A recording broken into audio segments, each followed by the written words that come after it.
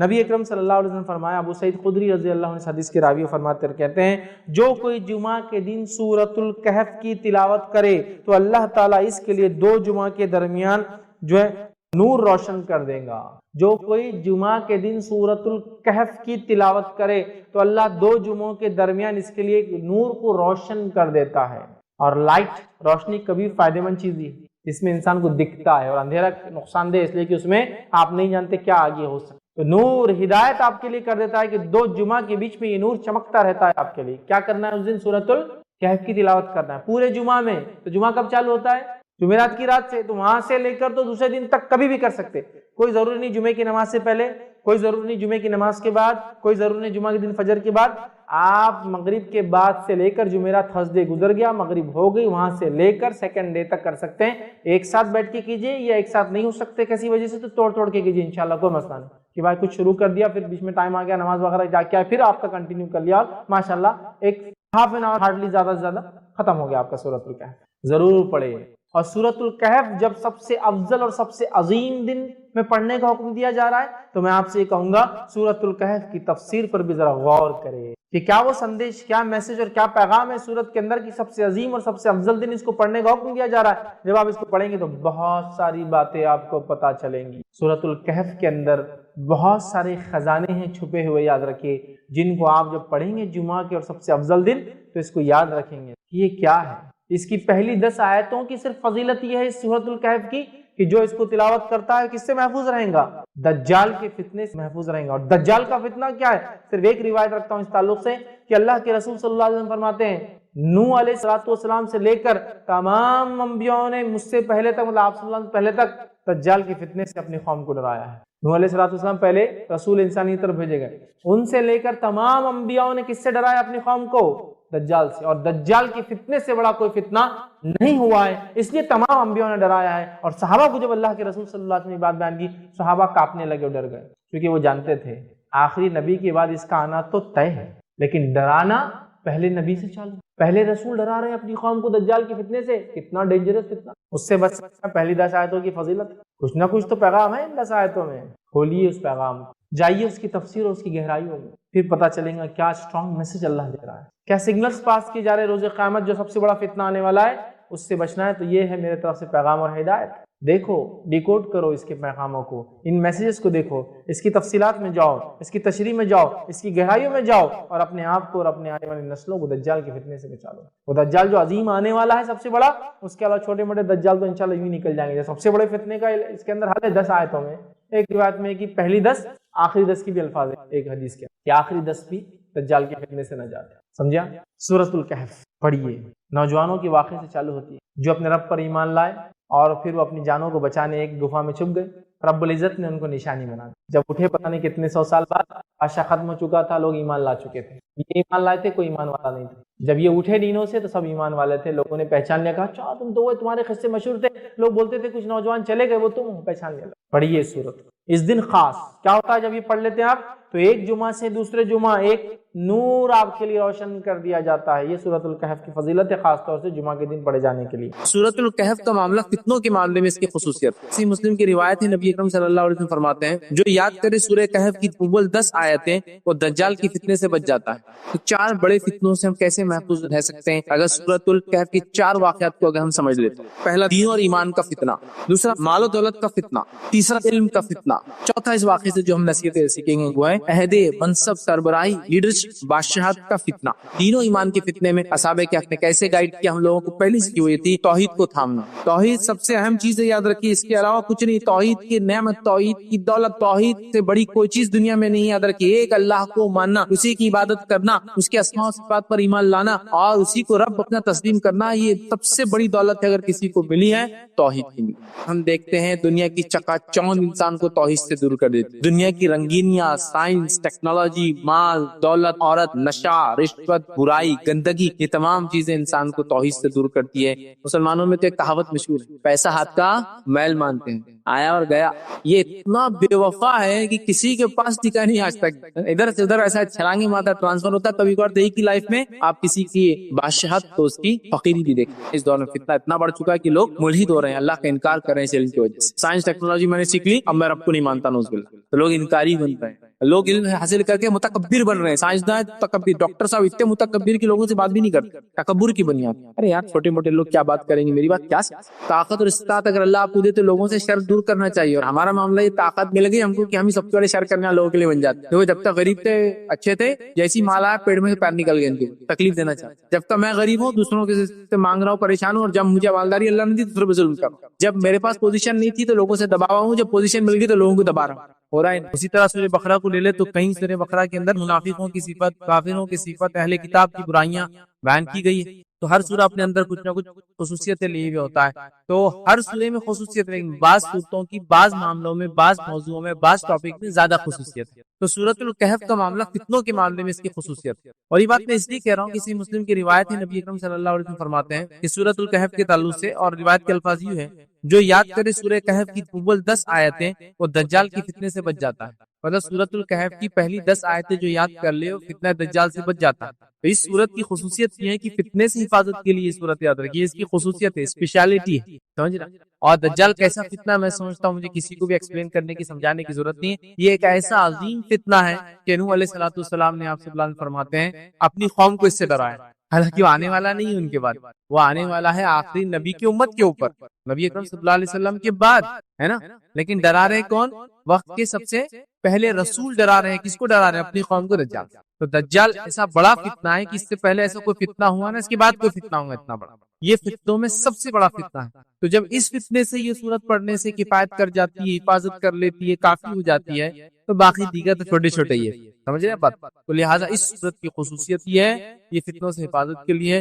سورۃ الکہف کا گہرا تعلق دجال سے اور دیگر قیامت سے پہلے آنے والی فتنوں سے ہے، لیکن وہ ڈیٹیلز میں ہم نہیں جائیں گے آج، چونکہ دجال سے متعلق ہمارا ٹاپک نہیں ہے۔ لیکن سورۃ الکہف کے تعلق سے جو آج میں جو بات رکھا ہوا ہے کہ سورۃ الکہف کے ذریعے ہم فتنوں سے کیسے بچ سکتے ہیں، تو اسباق، اور آج میں آپ کو خاص طور سے سورۃ الکہف کے ذریعے دنیا میں پائے جانے والے آج کل کے سب سے بڑے 4 بڑے فتنوں سے حفاظت کیسے کی جا سکتی ہے وہ باتیں میں آپ کو، اور یہ 4 بڑے فتنے 4 واقعات سے ریلیٹڈ ہے جو قرآن نے بیان کیے، یہ 4 بڑے فتنے جس سے سورۃ الکہف کیسے ذریعہ بن سکتی ہے ان فتنوں سے حفاظت کے لیے، کیسے سبق لے سکتے ہیں ان فتنوں سے حفاظت کے لیے۔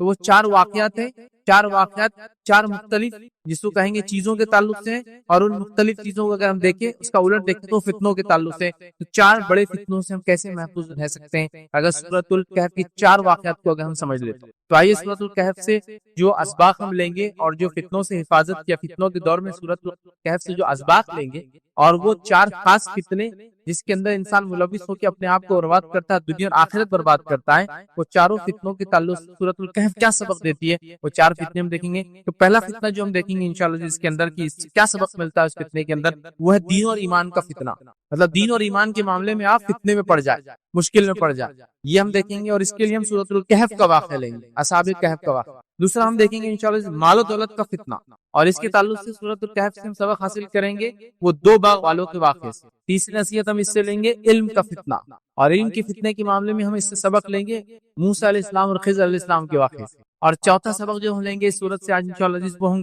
عہد کا، منصب کا، عہدے کا، بادشاہت کا فتنہ، اور اس معاملے میں ہم جو ذوالقرنین کی زندگی سے جو ہے اس واقعے سے جو سورہ کہف میں اس سے نصیحت اور سبق حاصل کریں۔ تو 4 قسم کی فتنے ہم دیکھیں گے، اور چاروں قسم کی فتنے کے اندر ہم جو ہے سورہ کہف کو کیا نصیحت کرتا ہے وہ دیکھیں گے۔ اور یہ 4 بہت بڑے بڑے فتنے ہیں، ایسے بڑے بڑے اور خطرناک فتنے جو انسان کی دین اور دنیا دونوں برباد کر دیتے ہیں، یاد رکھیں بہت ہی خطرناک فتنے۔ تو اگر سورۃ الکہف سے یہ سبق ہم لے لیں، جس کے تعلق سے نبی اکرم صلی اللہ علیہ وسلم نے فرمایا کہ ہر جمعہ سورۃ الکہف کو پڑھنا چاہیے، ان کو جو ہے نصیحت کی کہ ہر جمعہ جو ہے سورۃ الکہف کو پڑھنا چاہیے۔ روایت میں فرمایا جو سورۃ الکہف کو پڑھتا ہے تو اس جمعے سے لے کر جو جمعہ اگلا آنے والا ہے اس کے بیچ نور ثابت۔ سورۃ الکہف کی تلاوت ایک صحابی کر رہے ہیں اور ان کا جانور بدک رہا ہے، ہنہنا رہا ہے، تو ڈر لگ رہا ہے کہیں وہ زیادہ بیت کے اور ہنائے، بڑا ہوتا ہے نا، ڈر جاتا ہے۔ آپ گھبرا کے جلدی سے اپنا تلاوت ختم کرتے ہیں، آسمان کی طرف دیکھتے ہیں تو ایک بادل، نبی اکرم صلی اللہ علیہ وسلم مجلس میں جا کے خدمت جا کے بتاتے ہیں واقعہ، تو آپ نے فرمایا وہ سکینت تھی۔ سورۃ الکہف نور ہے، 2 جمعہ کے بیچ میں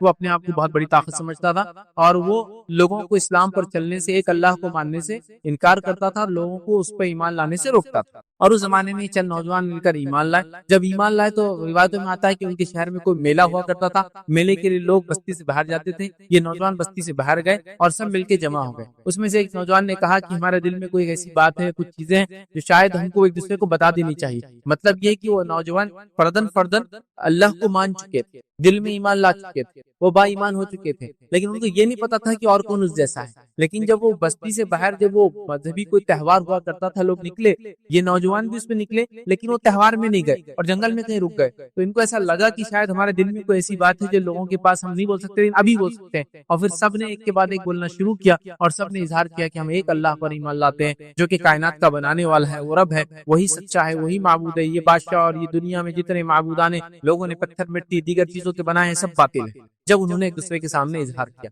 جب اظہار کیا تو ان کو لگا رہے ہم آپ اکیلے نہیں ہیں، وی آر کمیونٹی، ایک ٹیم ہے ہم لوگ، ایک وفد ہے، ایک جو ہے چھوٹی سی ٹکڑی اور جماعت ہے. اور انہوں نے اپنے آپ کو ایکسپلین کیا. اور ان کے ساتھ ایک کتا بھی تھا، یاد رکھیے، وہ ہو سکتا ہے شکاری کتا رہا ہو. شکار کے لیے جنگلوں میں لوگ جاتے تھے، حفاظت کے لیے استعمال کرتے تھے، بھیڑیوں سے بچنے کے لیے، اسی طرح ریچھ وغیرہ سے بچنے کے لیے. تو ان کے ساتھ ایک کتا بھی تھا، یاد رکھیے. اب وہ سفر میں جب گئے، جب لوگوں سے اظہار کیا، لوگ پتا چلا کہ وہ سب ایمان والے ہیں، لیکن ان کو ڈر ہوا کہ اب ایمان کے تعلق سے کیا کریں. وہ لوگ وقت کے بادشاہ کے پاس گئے، انہوں نے اس کو دعوت دی. اب یہ بادشاہ تھا یا اس علاقے کا گورنر تھا، واللہ عالم، جو بھی تھا ذمہ دار، اس کو دعوت دی. دعوت دینے کے بعد اس نے کہا کہ تم اپنے آپ کو سدھار لو، اپنی اصلاح کر لو، ایک رب کو ماننا چھوڑ دو، ورنہ تمہارے ساتھ برا انجام ہوگا. اور میں تمہیں تھوڑی سی مہلت دیتا ہوں، اپنے آپ کو سدھار لو اور واپس آ کے جو عقیدے پہ ساری دنیا اور جس پر میں ہوں اس پر ایمان لاؤ. اب یہ نوجوان وہاں سے نکلے، تھوڑا جو مہلت ملی تھی انہوں نے مہلت کو غنیمت جانا اور سوچا بستی سے ہم نکل جاتے ہیں. اور بستی سے نکل کر یہ دور چلے گئے. جنگل میں جانے کے بعد سوچا کیا کرے، وقت کا بادشاہ تو یہ کریں گا، نہیں مانے تو مار دیں گا. پھر یہ تو ہم کو غنیمت مہلت ملی، رب العزت نے دے دی کہ اس نے یہ کہا کہ تم اپنے آپ کو سدھار لو، ون چانس، ایک چانس میں تم کو دیتا ہوں. کیونکہ نوجوان، کچھ لوگوں نے لکھا کہ ان کو اس لیے نہیں مارا گیا، اور عام آدمی ہوتے تو مار دیے جاتے، یہ سرداروں کے بیٹے تھے، لیڈرز کے بچے تھے، مطلب جیسا کہ کنگ کے پاس جو وزیر وغیرہ، واللہ اعلم، بہرحال اس نے نہیں مارا، ایک مہلت. یہ لوگ بستی سے نکلے. اب سوچا کیا کریں گے، اور سوچا کہ چلو گفا میں جا کے بیٹھ جاتے. ایک گفا دیکھی، گفا میں جا کے بیٹھ گئے.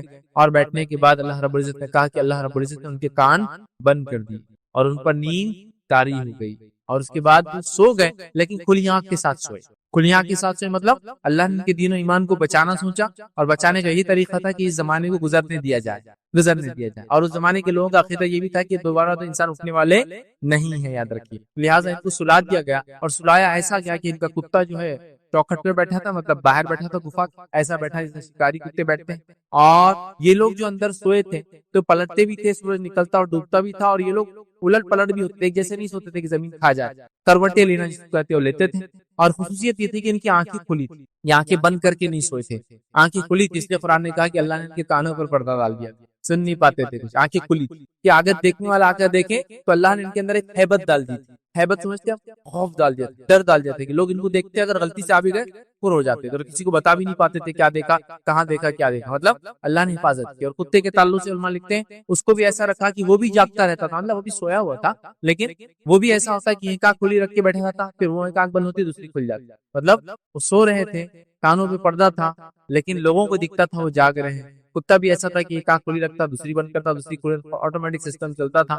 اور ہیبت اللہ نے ان کے دلوں میں ڈال دی تھی تاکہ کوئی لوگ آتے تو وہاں سے بھاگ جاتے تھے. یہ سوئے رہے اور سوئے رہے، لمبا زمانہ سوتے رہے. ایک زمانے کے بعد اٹھے، اٹھنے کے بعد ایک دوسرے سے پوچھا کتنا سوئے. کسی نے کہا دن کا کوئی ایک حصہ سوئے ہوں گے، چلو نکلتے ہیں. سب نے مل کر کہا دیکھو خاموشی سے نکلو یہاں سے. یہ پیسے لو، کچھ پیسے ان کے پاس تھے، تو جا کے کھانے پینے کا سامان لے کے آؤ شہر سے. ایک کو طے کیا کہ تم جاؤ گے، وہ آدمی نے پیسے لیا اور چھپاتے شہر کے پاس پہنچا. جب شہر کے پاس پہنچا تو دیکھتا ہے کہ شہر میں تو ایسا کچھ بھی نہیں ہے جو اسے چھوڑ کر گیا تھا. اس کو لگتا ہے وہ پاگل ہو گیا، دیوانہ ہو گیا، یا وہ خواب دیکھ رہا ہے دن کے اندر. اب آپ کچھ سوچیے کوئی سو گیا. اور روایتوں میں آتا ہے عبداللہ ابن عباس رضی اللہ عنہ اور دیگر لوگوں کے قول ہے کہ وہ شاید 309 سال سوئے تھے، 309 ایئرز، سمجھ رہے ہیں؟ تو 309 سال سوئے تھے، واللہ اعلم، پھر بھی ہم نہیں جانتے. تو 309 سال سوئے تھے. اب آپ سوچئے کہ سمجھ لیجئے آج سے 300 سال پہلے کا اورنگ آباد شہر، اس کے بعد کوئی سو کے اٹھ کے آج آ رہا. اب ایڈوانسمنٹ آج سمجھے 300 سال پہلے کا بولے تو اورنگزیب کا زمانہ ہے، جو شہر بن رہا ہے اورنگ آباد.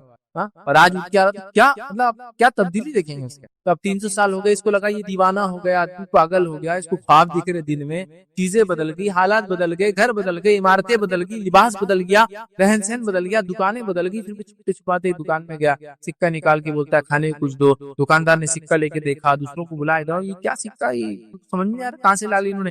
تو ان کو لگا ان کو کوئی خزانہ ملا. تو یہ کیا کر رہا ہے، سے خزانے میں سے جا کے لا رہے. اس نے کیا کیا، بات ہوئی اور بات ذمہ داروں تک گئی، بات وقت کے بادشاہ تک گئی. وقت کا بادشاہ بتایا تھا کیوڈوس اس کا نام تھا، لیکن وہ اسلام قبول کر چکا تھا، وہ مسلم تھا، واللہ عالم. بہرحال وہاں جاتے ہیں، وقت کے بادشاہ کو بتاتے، وقت کا بادشاہ کہتا ہے کہ یہ کہاں سے ملے. پھر وہ لڑکا بتاتا ہے کہ ایسا ایک گفا ہے، وہاں ہمارے اور بھی دوست ہیں، ہم لوگ ایسے سوئے تھے، سو کر جب اٹھے تو یہ حال ہے. لوگوں میں یہ بات مشہور تھی کہ چند نوجوان ایمان لائے تھے آج سے کچھ 100 سال پہلے، لیکن وہ کبھی نہیں ملے کاغذ میں.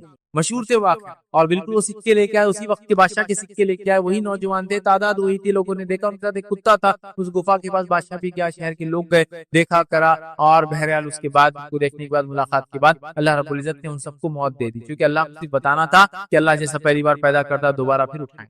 اور وہ نوجوان بہرحال وہاں انتقال کر جاتے ہیں. اور اس کے بعد پھر ان میں اختلاف ہوا کہ اس گفا کے پاس مسجد بنائی جائے، عبادت گاہ بنائی جائے، لیکن کوئی پسندیدہ عمل نہیں تھا. لیکن انہوں نے اختلاف کیا آپس میں کہ بنانا چاہیے، یہ کوئی صحیح چیز نہیں ہے، لیکن کیا انہوں نے. بہرحال قرآن نے کہا کہ مسجد تعمیر کی جائے، عبادت گاہ بنائی جائے. اس طرح کی ڈسپیوٹ ہوئے اور ان کا معاملہ پھر ختم.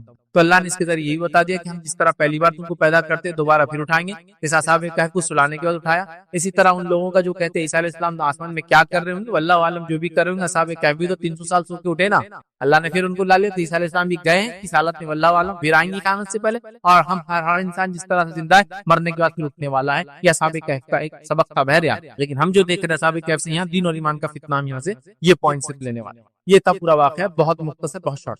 چلیے اس واقعے میں جو چیزیں ہم نے سیکھی، جو بہت اہم میرا نقطہ تھا، اور وہ تھا دین و ایمان کے فتنے میں اصحاب کہف نے کیسے گائیڈ کیا ہم لوگوں کو. پہلی چیز یاد رکھی وہ یہ تھی توحید کو تھامنا. ان نوجوانوں نے جو سب سے پہلا کام کیا وہ توحید کو تھاما. توحید سمجھتے نا، ایک اللہ کو ماننے کو، ایسا چم گئے اس کو توحید پر. سب سے پہلا کام نوجوانوں نے کیا، توحید کو تھاما.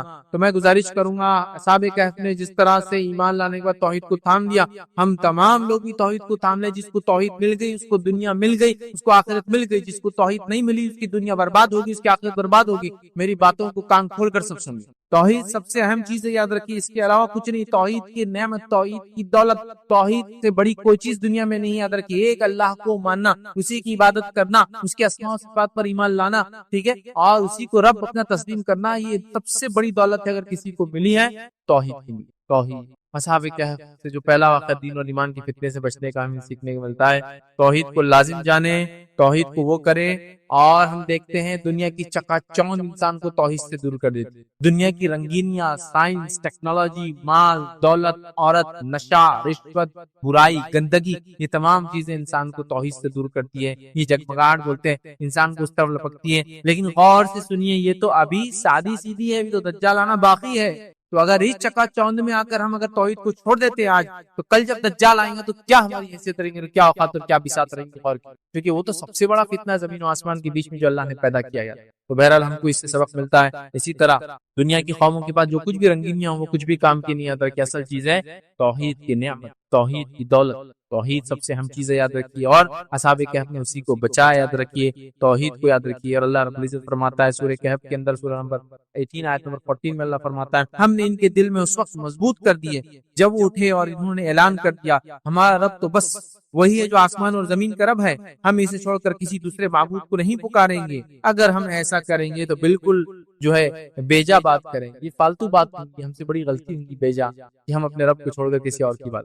تو انہوں نے توحید کا اعلان کر دیا. اس واقعے سے جو دین و ایمان کے فتنے سے بچنے کا جو دوسرا سبق ہم کو ملتا ہے وہ یہ صحبت صالح. صحبت صالح، اچھے دوستوں کی صحبت، گڈ کمپنی کا امپورٹنس پتا چلتا ہے. پہلے وہ نوجوان اکیلے اکیلے تھے اور ڈرے، پھر وہ بستی سے نکلے وہ میلے میں جانے کے لیے، اور پھر بستی سے الگ ہو گئے کیونکہ ان کو شرک کے میلے میں جانا نہیں تھا. جب وہ الگ ہو گئے تو ایک جگہ آ گئے. جب ایک جگہ آئے تو لوگوں نے کچھ نے کہا کہ کچھ نہ کچھ تو بات ہے جس کی وجہ سے ہم سب یہاں جمع ہوئے. چلو میں اپنی دل کی بات پہلے رکھتا ہوں کہ میں اس لیے یہاں آیا ہوں کہ میں ان کو رب نہیں مانتا ہوں. پھر دوسرے نے کہا، پھر تیسرے نے کہا، پھر سب نے کہا، اور پھر ایک گروپ بن گیا. اور انہیں ہمت آ گئی، اتنی ہمت آ گئی کہ وہ وقت کے بادشاہ کے پاس دعوت دینے چلے. اور وقت کا بادشاہ بھی شاید اکیلا کوئی انسان آتا رہو بولتا تھا اس کو ختم کر دو، لیکن اس نے دیکھا نوجوان سرداروں کے بیٹے ایسے نہیں ختم کیے جا سکتے ہیں، تو مہلت بھی دی، چھوٹ بھی دی، اور ان کی بات بھی سنی.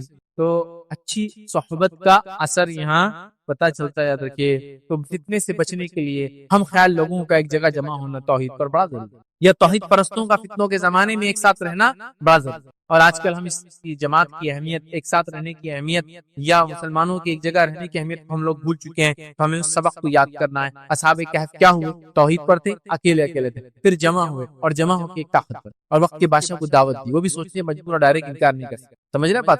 تو لہٰذا جمع ہوں ایک جگہ، یاد رکھیے۔ تو آج ہم دیکھتے ہیں ہم بری صحبت کو اختیار کرنا چاہتے ہیں، آج ہم دیکھتے ہیں ہم برائی کے ساتھ بلکہ بری صحبت پہ ہم فخر کرتے ہیں، میں ان کے ساتھ رہتا ہوں، ہمارے بچے ان کے ساتھ رہتے ہیں، بری صحبت پہ فخر اختیار کرتے ہیں۔ فخر اختیار کرنے کی چیز نہیں، یاد رکھیے، اچھی صحبت اختیار کرنے کی ضرورت ہے۔ اللہ عز و جل نے نبی کریم صلی اللہ علیہ وسلم کو نصیحت کی، اور کیا فرمایا سنیے، سورہ کہف سورہ نمبر 18 آیت نمبر 28 میں فرمایا رکھا، وَاصْبِرْ نَفْسَكَ مَعَ الَّذِينَ يَدْعُونَ رَبَّهُمْ بِالْغَدَاةِ وَالْعَشِيِّ يُرِيدُونَ وَجْهَهُ، اللہ فرماتا ہے، کہتا ہے، اور اپنے دل کو ان لوگوں کی معیت پر مطمئن کر جو اپنے رب کی رضا کے طلبگار ہے، اور صبح و شام اس کو پکارتے ہیں، اور ان سے ہرگز منہ نہ پھیرنا۔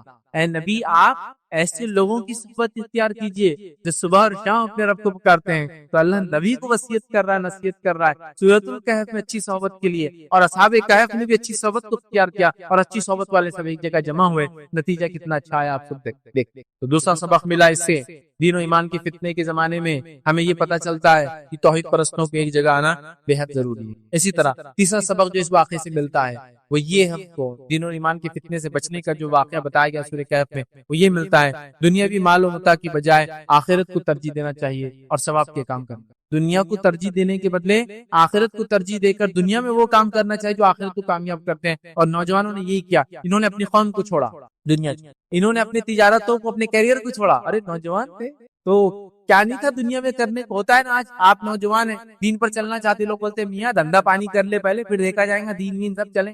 میاں ابھی داڑھی واڑی کیا رکھ رہا ہے، شادی وادی کر لینے کا، اس کے بعد بچے ہو جائیں گے جب داڑھی رکھنے کا۔ ارے ابھی سے کہاں بچی کو برقع ورقع بنا رہے آپ، ذرا دنیا تو گزار لے، دنیا کی رنگینیوں سے تو گزر جائے، شادی وادی ہو جائے، رشتہ آ جائے، پھر دیکھا جائے گا سسرال میں تو یہی کرنا، بڈھی بن کے رہنا بیچاری کو برقع پہن کے، ہے نہیں ہے؟ ہم یہی سوچتے ہیں نا، کیریئر ویریئر بنا لے، پھر دیکھا جائے گا دین ایمان اسلام نمازیں وغیرہ، جب بڈھے ہو جائیں گے 58 کا جلدی ریٹائرمنٹ لے لیں گے، اب تو گورنمنٹ جاب وغیرہ نہیں ہوتی، تو بہرحال جب بھی ریٹائرمنٹ ملیں گے 60-70 سال کی عمر میں، اس کے بعد دین وغیرہ پہ چلیں گے۔ نہیں، یہ جوان تھے اور انہوں نے اپنی جوان ہونے کے باوجود دنیا کے تمام متاع اور سہولتوں کو ترک کیا، اپنی تجارت تھی، ہو سکتا ہے ان کے والدین جو بڑے بڑے پوزیشنز پہ تھے، یہ بھی ہو سکتا ہے اس پوزیشن کو، پہلے تو ایسے ہوتا تھا نا، بادشاہ کے بعد ایسے ہوتا تھا، وزیر کا بچہ اگر اچھا ہو تو وہ وزیر بن جاتا تھا، تو بڑے بڑے پوزیشنز پہ، پوسٹ پہ جا سکتے تھے، لیکن سب کچھ انہوں نے چھوڑ دیا، کس چیز کے لیے؟ آخرت کو ترجیح دی اور دنیا میں ثواب کیا، خوب نیکیا، اس چیز کو انہوں نے ترجیح دی۔ اللہ رب العزت قرآن میں فرماتا ہے سورہ کہف سورہ نمبر 18 آیت نمبر 30 میں اللہ فرماتا ہے، کہتا ہے ان الذين امنوا وعملوا الصالحات ان لا نضيع اجر من احسن عملا، اللہ فرماتا ہے، کہتا ہے رہے وہ لوگ جو مان لے اور نیک عمل کر لے، جو ایمان لا لے اور نیک عمل کر لے، تو یقیناً ہم نیکوکاروں کا اجر ضائع نہیں، جو ایمان لائے اور نیک عمل کرے اللہ ان کے اجر کو ضائع نہیں کرے۔ تو یہ نوجوان ایمان لائے اور انہوں نے، یاد رکھیے، نیک کام کیا، اور اسی طرح جو ہے سورہ کہف سے ہم کو یہ بات بھی پتہ چلی اس واقعے سے کہ دنیا کی کوئی حیثیت نہیں ہے۔ اللہ فرماتا ہے سورہ کہف سورہ نمبر 18 اور آیت نمبر 7 اور 8 میں اللہ فرماتا ہے، کہتا ہے ان جعلنا ما علی الارض زینۃ لها لنبلوهم ایہم احسن عملا وَإِنَّا لَجَاعِلُونَ مَا عَلَيْهِ صَعِيدًا جُرُوزًا، اللہ فرماتا ہے، کہتا سنیے، واقعہ یہ ہے کہ جو کچھ سرمایہ بھی زمین پر ہے، اس کو ہم نے زمین کی زینت بنا دیا ہے تاکہ ان لوگوں کو آزمائے ان میں کون بہتر عمل کر کے آتا ہے۔ زمین پہ جو کچھ ہے یہ چمک ہے اس کی، اور ہم چاہتے ہیں، اللہ آزمانا چاہتا ہے اس میں کون اچھے عمل کر کے آتا ہے۔ آخر کار اس سب کو ہم ہی چٹکل میدان بنا دینے والے، اور ایک زمانہ آئے گا اللہ ان تمام چیزوں کو دنیا کی چٹکل میدان بنا دے گا۔ یہ سونا، یہ چاندی، یہ بنگلے، یہ گھر، دولت، محلات، جائیداد، کیا کیا سائنس، ٹیکنالوجی، یہ وہ برباد چٹکل میدان کر دیں گے اللہ۔ تو ایک آخری سبق تھا، دنیا کے مقابلے میں اس کو ترجیح، یہ ہم کو سبق ملا۔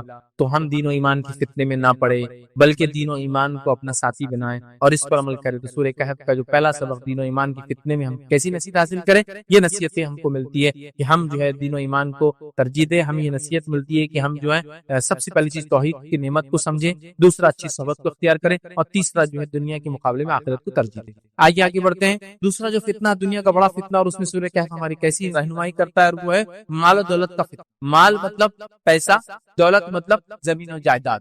ویسے مال اور دولت بھی، ہاں بس اردو میں دولت بھی پیسے کو بولتے، لیکن اگر ان کو دونوں کو فرق کرو، دولت کہتے ہیں اسٹیٹ کو حکومت کو، زمین اور جائیداد کو، اور مال کہتے ہیں کیش کرنسی کو. تو مال اور دولت ہے نا. تو دولت کا معنی ہوتا ہے اسٹیٹ. ٹھیک، تو کسی کی دولت فلاں دولت کی، اور یہ ان کی دولت ہے نا، حکومت ہے، گورننس ہے، اس کو بولتے ہیں. تو مال اور دولت کا فتنہ، زمین اور پیسے، زمین جائیداد، یہ پیسے اور زمین جائیداد کا فتنہ. اور آج میں سمجھتا ہوں اس فتنے سے ہم میں سے کوئی بھی نہیں بچا ہے، بلکہ اللہ کے رسول صلی اللہ علیہ وسلم نے فرمایا پچھلی امتوں کا فتنہ عورتوں سے شروع ہوا تھا، میری امت کا فتنہ مال ہے. امت محمدیہ کا فتنہ کیا ہے؟ مال ہے، غربت نہیں ہے. پچھلی امتوں کی فتنے کچھ اور ہے، ہمارا فتنہ کچھ اور ہے. تو مال و دولت تو ہمارا فتنہ ہے. مال فتنہ ہے، یاد رکھیے. دولت اسی سے ریلیٹڈ ہوتا ہے، چونکہ مال جس کے پاس ہوتا ہے اسی کے پاس زمین ہوتی ہے. ٹھیک ہے، اس لیے مال و دولت کامنلی ایک ساتھ یوز ہوتا ہے، لیکن دونوں میں ڈفرنس. ٹھیک ہے، مال و دولت کا فتنہ ہم دیکھتے ہیں، بہت بڑا فتنہ، یاد رکھیے. اور اس فتنے کو سمجھنے کے لیے سورہ کہف کیسا ہم کو گائیڈ کرتا ہے. آئیے دو باغ والے انسان کا واقعہ.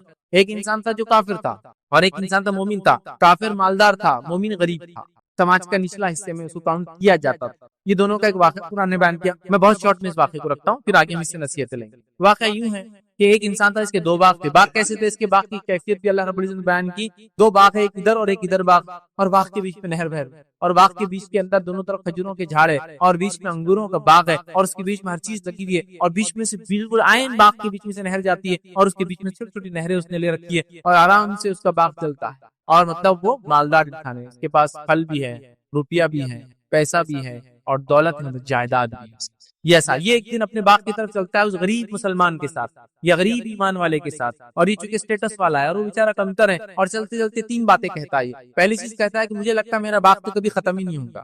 دوسرا کہتا ہے کہ میں دوبارہ اٹھائے نہیں جاؤں گا، آخرت کا انکاری، مرنے کے بعد کی زندگی نہیں مانتا ہے کہ میں دوبارہ نہیں اٹھاؤں جاؤں گا، میرے کو ڈاؤٹ ہے اس میں ایسا ہو سکتا ہے. اور تیسری بات کہتا ہے اگر اٹھایا بھی گیا تو جیسا یہاں اسٹیٹس والے لوگوں میں ہوں وہاں بھی اسٹیٹس والوں میں رہوں گا، تمہارے جیسے لوگوں کے ساتھ نہیں رہوں گا. پتا جیسا یہاں جو کچھ ملا ہے، جنت مطلب باغ کا کیا، باغ جیسا ملا ہے، تو اگر دوبارہ اٹھایا گیا بھی، پہلے تو مانتا نہیں ہوں میں، لیکن اگر اٹھایا گیا بھی تو مجھے ایکسپیکٹڈ ہے کہ میرے ساتھ اچھا ہی سلوک ہوگا جیسے دنیا میں ہوا.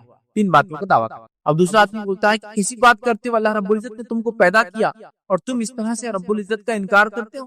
اور وہ اس کو نصیحت کرتا، واز کرتا ہے کہ آخرت پر ایمان لاؤ اور یہ کرو، اللہ ہم کو پیدا کرنے والا، اللہ ہمارا رب ہے. لیکن وہ اس بات کو نہیں مانتا ہے، اور ایک دن جب وہ اپنے باغ میں پہنچتا ہے تو اس کا باغ پورا کا پورا برباد ہو جاتا ہے، ختم ہو جاتا ہے، اور کچھ بھی نہیں بچتا. تو مالدار انکار کرنے والا، اور غریب مسلمان ایمان والا. مالدار انکاری اور غریب آستوان ایمان رکھنے والا.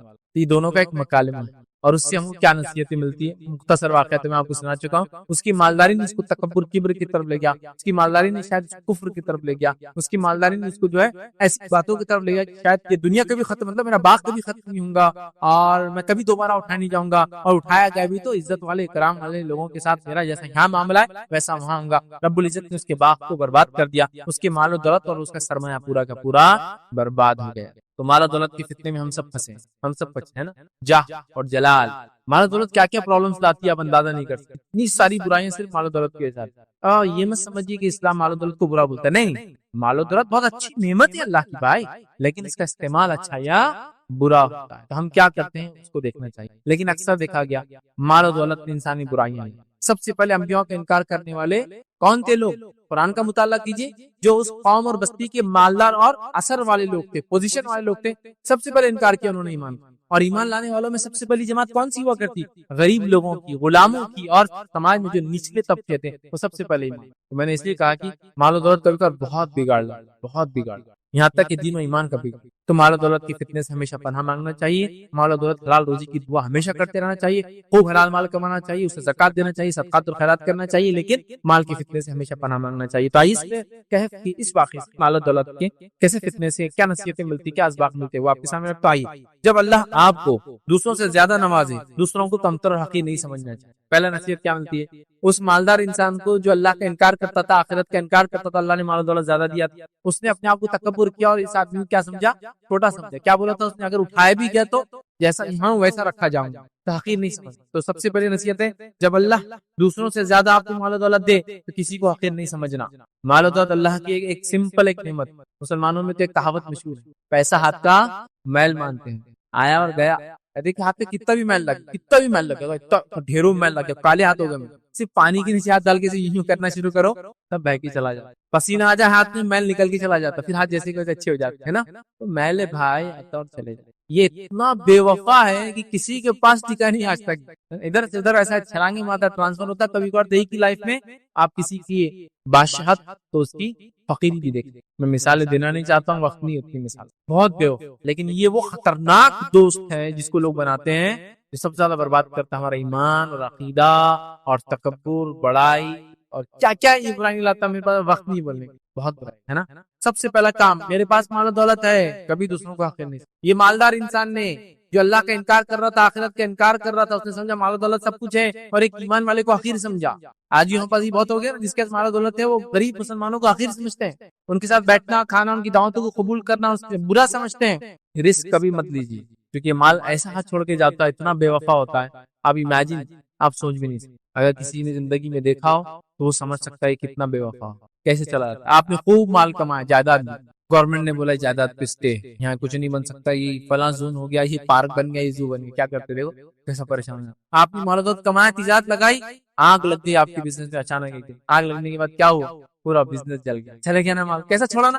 کبھی کوئی سوچ سکتا ہے ایک تاجر جس کا کروڑ پتی ہے, اس کا تجارت میں وہ ہے, اور اچانک آپ نے مال و دولت جانوروں کی شکل میں خوب بڑا کی, فارم ہاؤس سے, اور یہ, اور اچانک بیماری اور پورے جانور مر کے چلے. کیسا تم دوسرے دن کیسا ہوتا نا.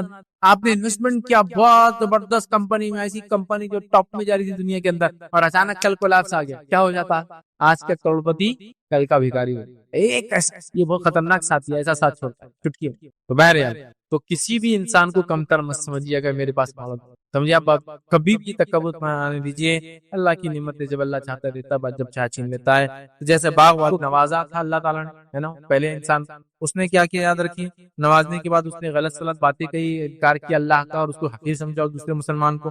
اسی طرح جو ہے آج لوگ ساری زندگی کمائی کے لیے کوشش کرتے یاد رکھتے, اور اپنا ایک سٹینڈرڈ مینٹین کرتے ہیں, اور اس سٹینڈرڈ کو مینٹین کرنے کے بعد یہ سمجھتے ہیں کہ اس کے علاوہ جو لوگ رہتے وہ حقیر ہے, وہ کمتر ہے, وہ کمزور ہے, وہ بیکار ہے, وہ ناقص ہے, بلکہ کبھی کبھار تو رشتہ رکھنے کے لائق نہیں ہوتے. ارے یار میں تو بہت مالدار ہو گیا لیکن میں بہت ڈپریس, کیوں, میرے رشتہ اتنے غریب ہے یار, میرا ابا کو دیکھو اتنے غریب, میرا اما کو دیکھو اتنے غریب, میرے بھائیوں کو دیکھو, میرا پورا اسٹیٹس ڈاؤن ہو جا رہا ہے. کیا کروں, توڑ دے سب سے, توڑ دے. نہ گاؤں جاتا اپنی, نہ ماں باپ کو دیکھتا, نہ بھائیوں کو, اس لیے کہ یار کیسے غریب بھائی بہن کیسے ہو سکتے ہیں میرے, کبھی نہیں ہونا چاہیے. ٹھیک ہے, تو اپنا سٹینڈرڈ مینٹین مت کیجیے, کسی کو حقیر مت سمجھو سٹینڈرڈ کے چکر. ٹھیک, اللہ رب العزت نے سورہ کہف سورہ نمبر 18 آیت میں 34 میں کیا سنیے, وَكَانَ لَهُ ثَمَرٌ فَقَالَ لِصَاحِبِهِ وَهُوَ يُحَاوِرُهُ أَنَا أَكْثَرُ مِنْكَ مَالًا وَأَعَزُّ نَفَرًا. اس نے کیا بولا معلوم دیکھیے سنیے. اللہ نے فرمایا ایک دن وہ اپنے ہمسائے سے بات کرتے ہوئے بولا میں تجھ سے زیادہ مالدار ہوں. وہ غریب مسلمان کو دیکھ کے کیا بولا, میں تجھ سے زیادہ مالدار ہوں اور تجھ سے زیادہ طاقت, میں تجھ سے زیادہ مالدار. اب یہ کافر, اور کیا کرا دوسرے کو,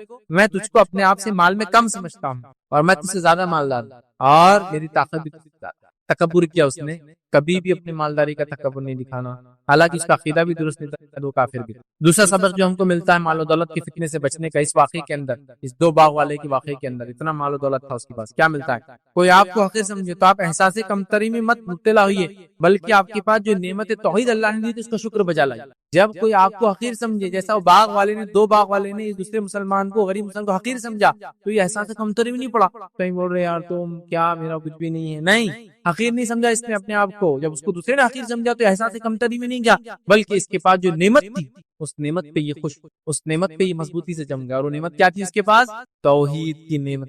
تو مسلمان کے پاس عقیدہ تھا کہ آخرت میں اٹھنے والا, یہ کیا بول رہا تھا, دوبارہ نہیں اٹھنے والے, کیا عقیدہ تھا, تو اس نے اس پہ شکر ادا کیا. یاد رکھیے, اس بات کو آپ یاد رکھیے, کوئی آپ کو حقیر سمجھے تو آپ اللہ نے جو آپ کو نعمتیں دی اس پہ شکر ادا کیجیے. احساس کمتری مبتلا مت ہوئیے, اس کے ساتھ برا سلوک مت کیجیے اس آدمی کے ساتھ جو کر رہا ہے, بلکہ آپ نعمتوں کا شکر ادا کیجیے اللہ نے دی ہے, کہ اللہ نے مجھے صحت دی ہے, اللہ نے مجھے اچھے بیوی اور بچے دیے ہیں, اللہ رب العزت نے مجھے توحید پر قائم رکھا ہے, اللہ رب العزت نے مجھے حلال روزی کمانے کی توفیق دی ہے, اللہ رب العزت مجھ سے عبادتیں کروا لیتا ہے. یاد رکھیے, میں کوشش کرتا ہوں, رب العزت مجھے توفیق دیتا ہے کہ نمازیں پڑھ لیتا ہوں, الحمدللہ.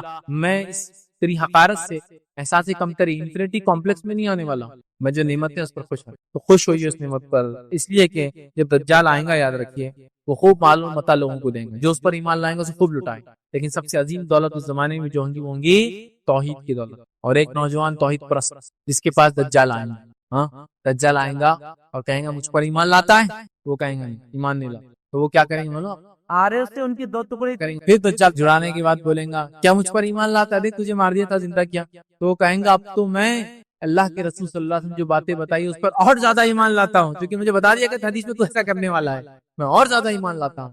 پھر دجال تلوار اٹھائیں گا اور اسی گردن میں ماریں گا، اللہ تعالیٰ اس کی گردن کو تانبے کی گردن بنا دیں گا، پھر اس نوجوان کو مار نہیں سکتے. تو اس دجال کے سامنے بھی جو چیز اس کو بچائیں گی تو اگر کوئی آپ کو حقیر سمجھے، حقیر جانے، تو آپ اس کو ریٹیلیٹ نہیں کرنا، اس کو برا نہیں بولنا ہے. آپ کی نعمتیں جو اللہ نے دی اس پر آپ شکر بجا لائیے. کہ وہ کہہ رہا ہے تم اتنے غریب فلاش بھکاری کیا زندگی جیتے گا، تم کیسا جیتے؟ الحمدللہ جو رب کھلاتا ہے کھا کے. یہ نہیں کہ تو کیا امیر، تیری مال کیا لاگ لگے، تیری مال و دولت نہیں، کچھ بھی نہیں بولنا. جو میرے کو اللہ نے دیا کھاتا پیتا اور خوش. توحید کے بعد اللہ نے نوازی ہے، میرے بیوی بچے ایمان والے، بڑا خوش. سمجھے آپ بات؟ تو بہرحال تو کوئی آپ کو حقیر سمجھے، احساس کمتری مت جائیے. جو نعمت اللہ نے دی خاص توحید وغیرہ اس کا شکر ادا کیجیے. تو اس شخص نے وہ کیا یاد رکھیے. اور اللہ رب العزت کیا فرماتا سورہ کہف سورہ نمبر 18 آیت نمبر 37 38 میں اللہ نے کیا فرمایا سنیے. قال له صاحبه وهو يحاوره اكفرت بالذي خلقك من تراب ثم من نطفة ثم سواك رجلا لكن هو الله ربي ولا اشرك بربي احدا. اللہ فرماتا کہتا ہے اس کے ہمسائے نے گفتگو کرتے اس سے کہا کیا تو کفر کرتا ہے؟ تو اس نے کیا کہا، میں سمجھتا ہوں بات کبھی ختم نہیں ہوگا اور میں دوبارہ اٹھا نہیں جاؤں گا. تو وہ جو مسلمان تھا غریب، وہ کیا جواب دیتا ہے؟ وہ کہتا ہے کیا تو کفر کرتا ہے اس ذات سے جس نے تجھے مٹی سے پیدا کیا، پھر نطفے سے پیدا کیا اور تجھے ایک پورا آدمی بنا کر کھڑا کیا؟ رہا میں تو میرا تو وہی اللہ ہے اور میں اس کے ساتھ کسی کو شریک نہیں کرتا. دیکھیے شکر ادا کیا اس نے. کیا بولا؟ میں تو غریب پاتا ہوں، میرے پاس تو طاقت بھی زیادہ ہے، میری تو مال بھی زیادہ ہے، میں یہ سوچتا ہوں کہ دوبارہ نہیں اٹھوں گا، میرا ٹھیک کبھی ختم نہیں ہوگا، اور میں اٹھا بھی دوبارہ تو تم جیسے لوگوں کے سامنے رہوں گا، جیسے یہاں عزت میں تھا وہاں بھی عزت میں رہوں گا. تو یہ آدمی جواب میں محسوس سے کمتر بھی نہیں آتا ہے. یہ کہتا ہے کہ تو کیسے اللہ کا انکار کر سکتا جبکہ اس نے پیدا کیا اور میں اس ساتھ کسی کو شریک نہیں کرتا ہوں. اپنی توحید کے اوپر اس نے شکر ادا، توحید پر اس نے شکر ادا کیا. تو آپ بھی ایسا کچھ ہو تو شکر ادا کیجیے توحید کے معاملے میں. اور متکبر مالدار کو اس واقعے میں نصیحت یہ ملتی ہے، یاد رکھیے، وہ یہ ہے کہ اللہ رب العزت فرماتا ہے، سنیے کیا نصیحت ملتی ہے. سورہ کہف سورہ نمبر 18 آیت نمبر 39 میں فرماتا ہے، کہتا ہے ولولا اذ دخلت جنتك قلت ما شاء الله لا قوة الا بالله ان تراني انا اقل منك مالا وولدا.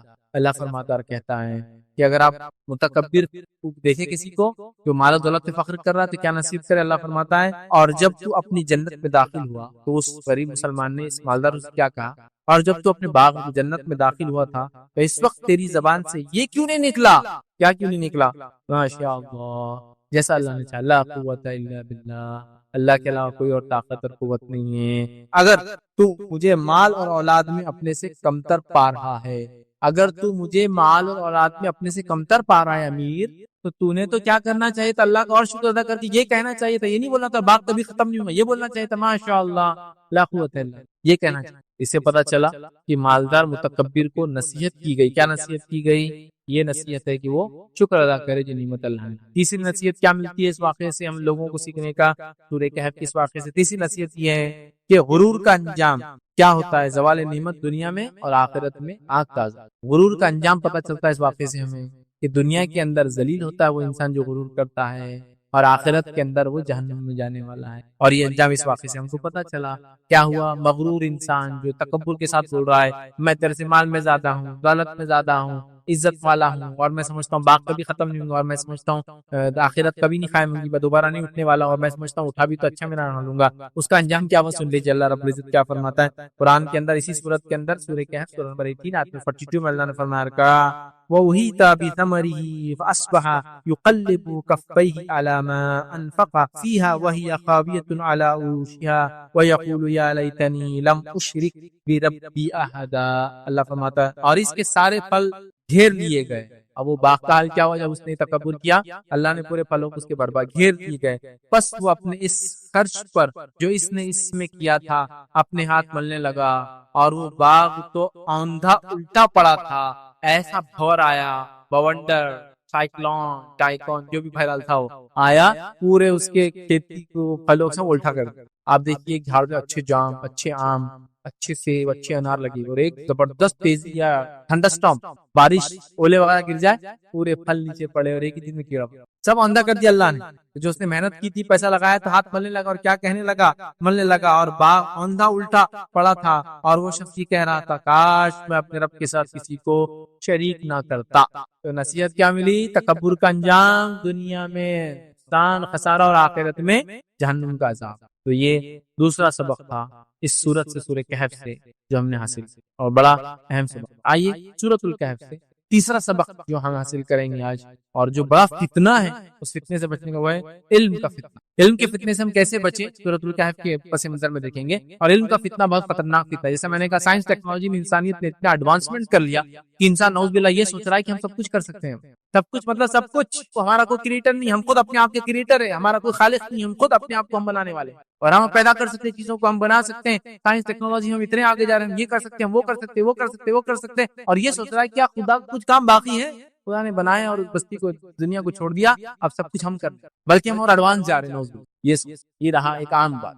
دوسرا اس میں ان کے فتنے میں یہ لے سکتے ہیں وہ لوگ جن کو اللہ نے علم دے رکھا ہے، سائنسدان وغیرہ وغیرہ وغیرہ، ایسے جو لوگ ہوتے ہیں وہ بھی اپنے علم کے فتنے میں نہ پڑے، اپنے آپ کو عاجز رکھیں۔ ٹھیک۔ تیسری چیز یہ پتہ چلتی ہے کہ وہ لوگ جو دین کا علم رکھنے کا دعویٰ کرتے ہیں وہ لوگ بھی اس فتنے میں نہ پڑے کہ مجھے اگر دین کا علم ہے یا اللہ نے کچھ مجھے تھوڑا بہت علم دے رکھا ہے تو میں بہت کچھ، یا ہر قسم کا جس کے پاس علم ہے وہ فتنے میں نہ پڑے اس کے، بلکہ اللہ سے دعا کرے کہ اللہ اس علم کو میرے لیے نفع بخش بنائے اور میں جو علم رکھتا ہوں اس پر میں بعمل رہوں۔ سمجھ رہے بات؟ تو لہٰذا علم کا فتنہ بڑا خطرناک فتنہ ہے۔ اس دور میں فتنہ اتنا بڑھ چکا ہے کہ لوگ ملحد ہو رہے ہیں، اللہ کا انکار کر رہے ہیں اس علم کی وجہ سے، ہے نا۔ سائنس ٹیکنالوجی میں نے سیکھ لی، اب میں رب کو نہیں مانتا، نعوذ باللہ۔ تو لوگ انکاری بن رہے ہیں، لوگ علم حاصل کر کے متکبر بن رہے ہیں، سائنسدان متکبر، ڈاکٹر صاحب اتنے متکبر کی لوگوں سے بات بھی نہیں کرتے، تکبر کی بنیاد پہ کم بات کرتے، ایک الگ بات ہے، مصروفیت کیسے نہیں کرنے لگا، لیکن متکبر، ارے یار چھوٹے موٹے لوگ کیا بات کریں گے، میری بات کیا سمجھ رہا بات؟ یا میں دینی عالم ہوں، عالم تھوڑا بہت علم ہوں، تھوڑا بہت اچھا تقریر دیتا ہوں، تو میرے میں اتنا تکبر آ گیا کہ میں لوگوں سے نہیں ملتا، لوگوں کو حقیر سمجھتا اپنے آپ سے۔ تو علم ہے نا، بیس کو بناتے، علم بہت بڑا فتنہ اگر اس سے استعمال نہ ہو۔ ہمیشہ علم کے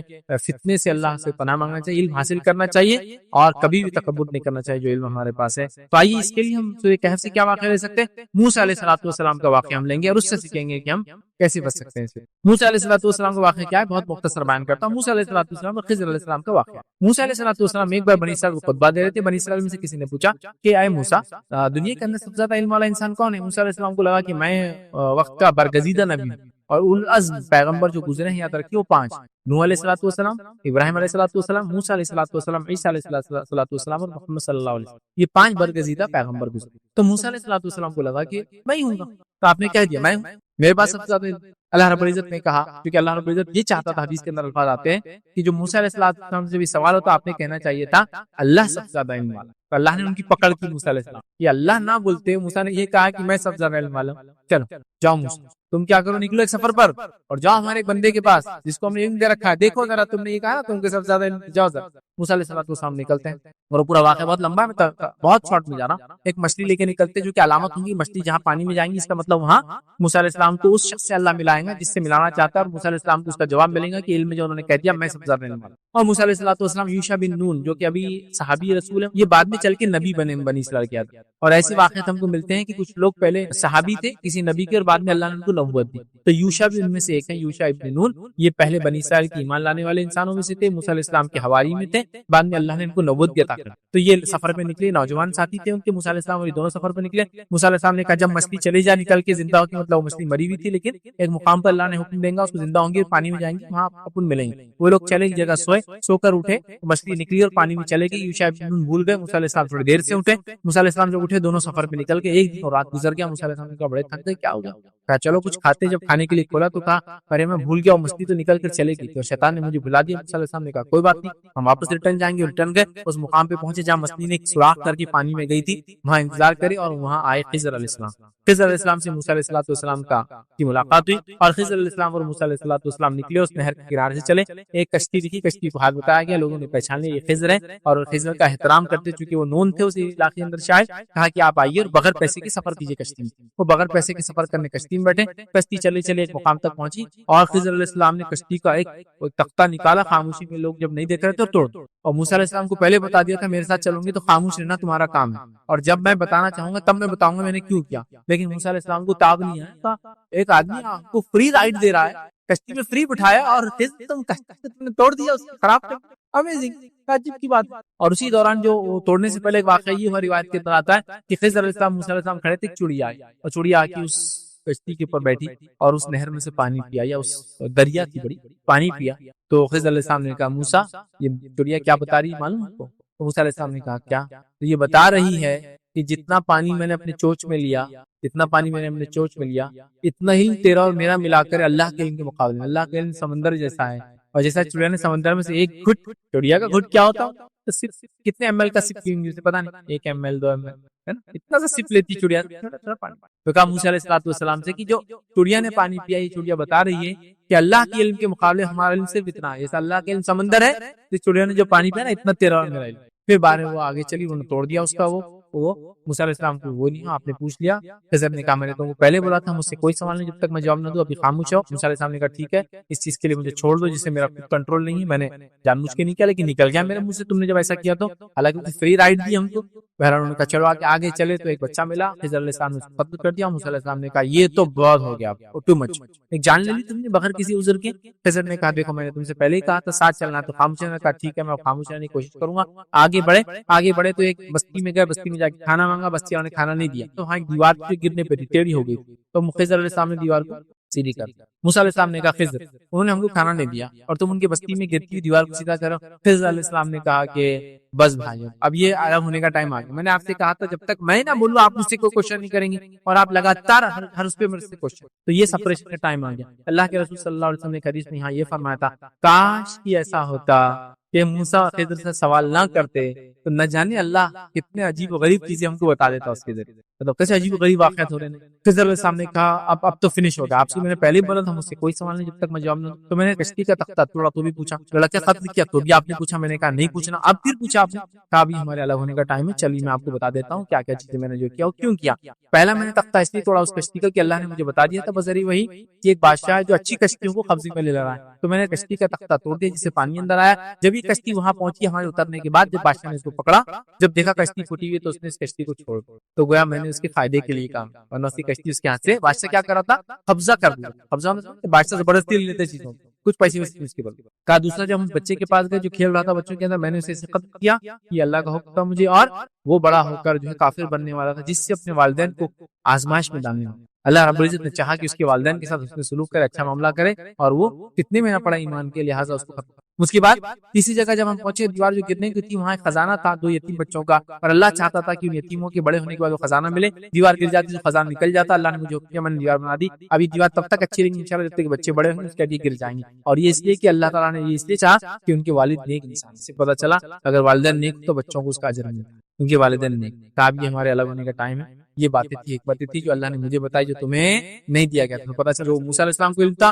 وہ خضر علیہ السلام کے پاس نہیں تھا، جو خضر کو علم تھا موسیٰ علیہ السلام کے پاس نہیں تھا، اور موسیٰ علیہ السلام کو اللہ نے نصیحت کر دی کہ موسیٰ تم کو ہر چیز کا علم نہیں ہے، تم سے یہ سوال ہوا تھا کہ علم کس کو سب سے زیادہ، تم نے بات میری طرف نسبت کرنا تھا تو تم نے کیا کیا، یہ کہا کہ مجھے ہے، یہ تمہاری غلطی تھی، اور موسیٰ علیہ السلام سمجھ گئے کہ اللہ رب العزت کو علم ہے، اور اللہ رب العزت سر چشمہ علم کا تمام علوم اسی سے آتے ہیں، انسانیت نے تمام علم بھی دنیا اور کائنات کا حاصل کر لیا تو اس چڑیا کی ایک گھٹ کے برابر ہی ہوگا جو سمندر سے اس نے پیا ہے، سمندر میں کوئی کمی آتی ہے اس سے، بس اتنا ہی علم ہے انسانیت کے پاس جو ٹوٹل وہ حاصل کریں گے اللہ رب العزت کے علم کے مقابلے۔ ارے اللہ کا علم تو چھوڑو، اللہ کے صرف نام صفات آپ لکھنے بیٹھیں گے تو اللہ فرماتا ہے کہ پورے جھاڑ اگر قلم بنا دیے جائے اور پورے سمندر سیاہی بنا دی جائے تو بھی اللہ کے کلمات ختم نہیں ہوں گے، حتیٰ کہ اس کے بیکنگ میں 7 اور سمندر لا کے ڈال دیا جائے تو بھی ختم نہیں ہوں گے، اتنی حکمت ہے اللہ رب العزت، اتنا علم اللہ رب العزت، انسانیت کچھ بھی نہیں ہے، تھوڑا بہت ہم کو جو ملا ہے یہ تو اللہ رب العزت نے اپنے حقیر بندے پہ نواز دیا، تکبر کس چیز کا ہے،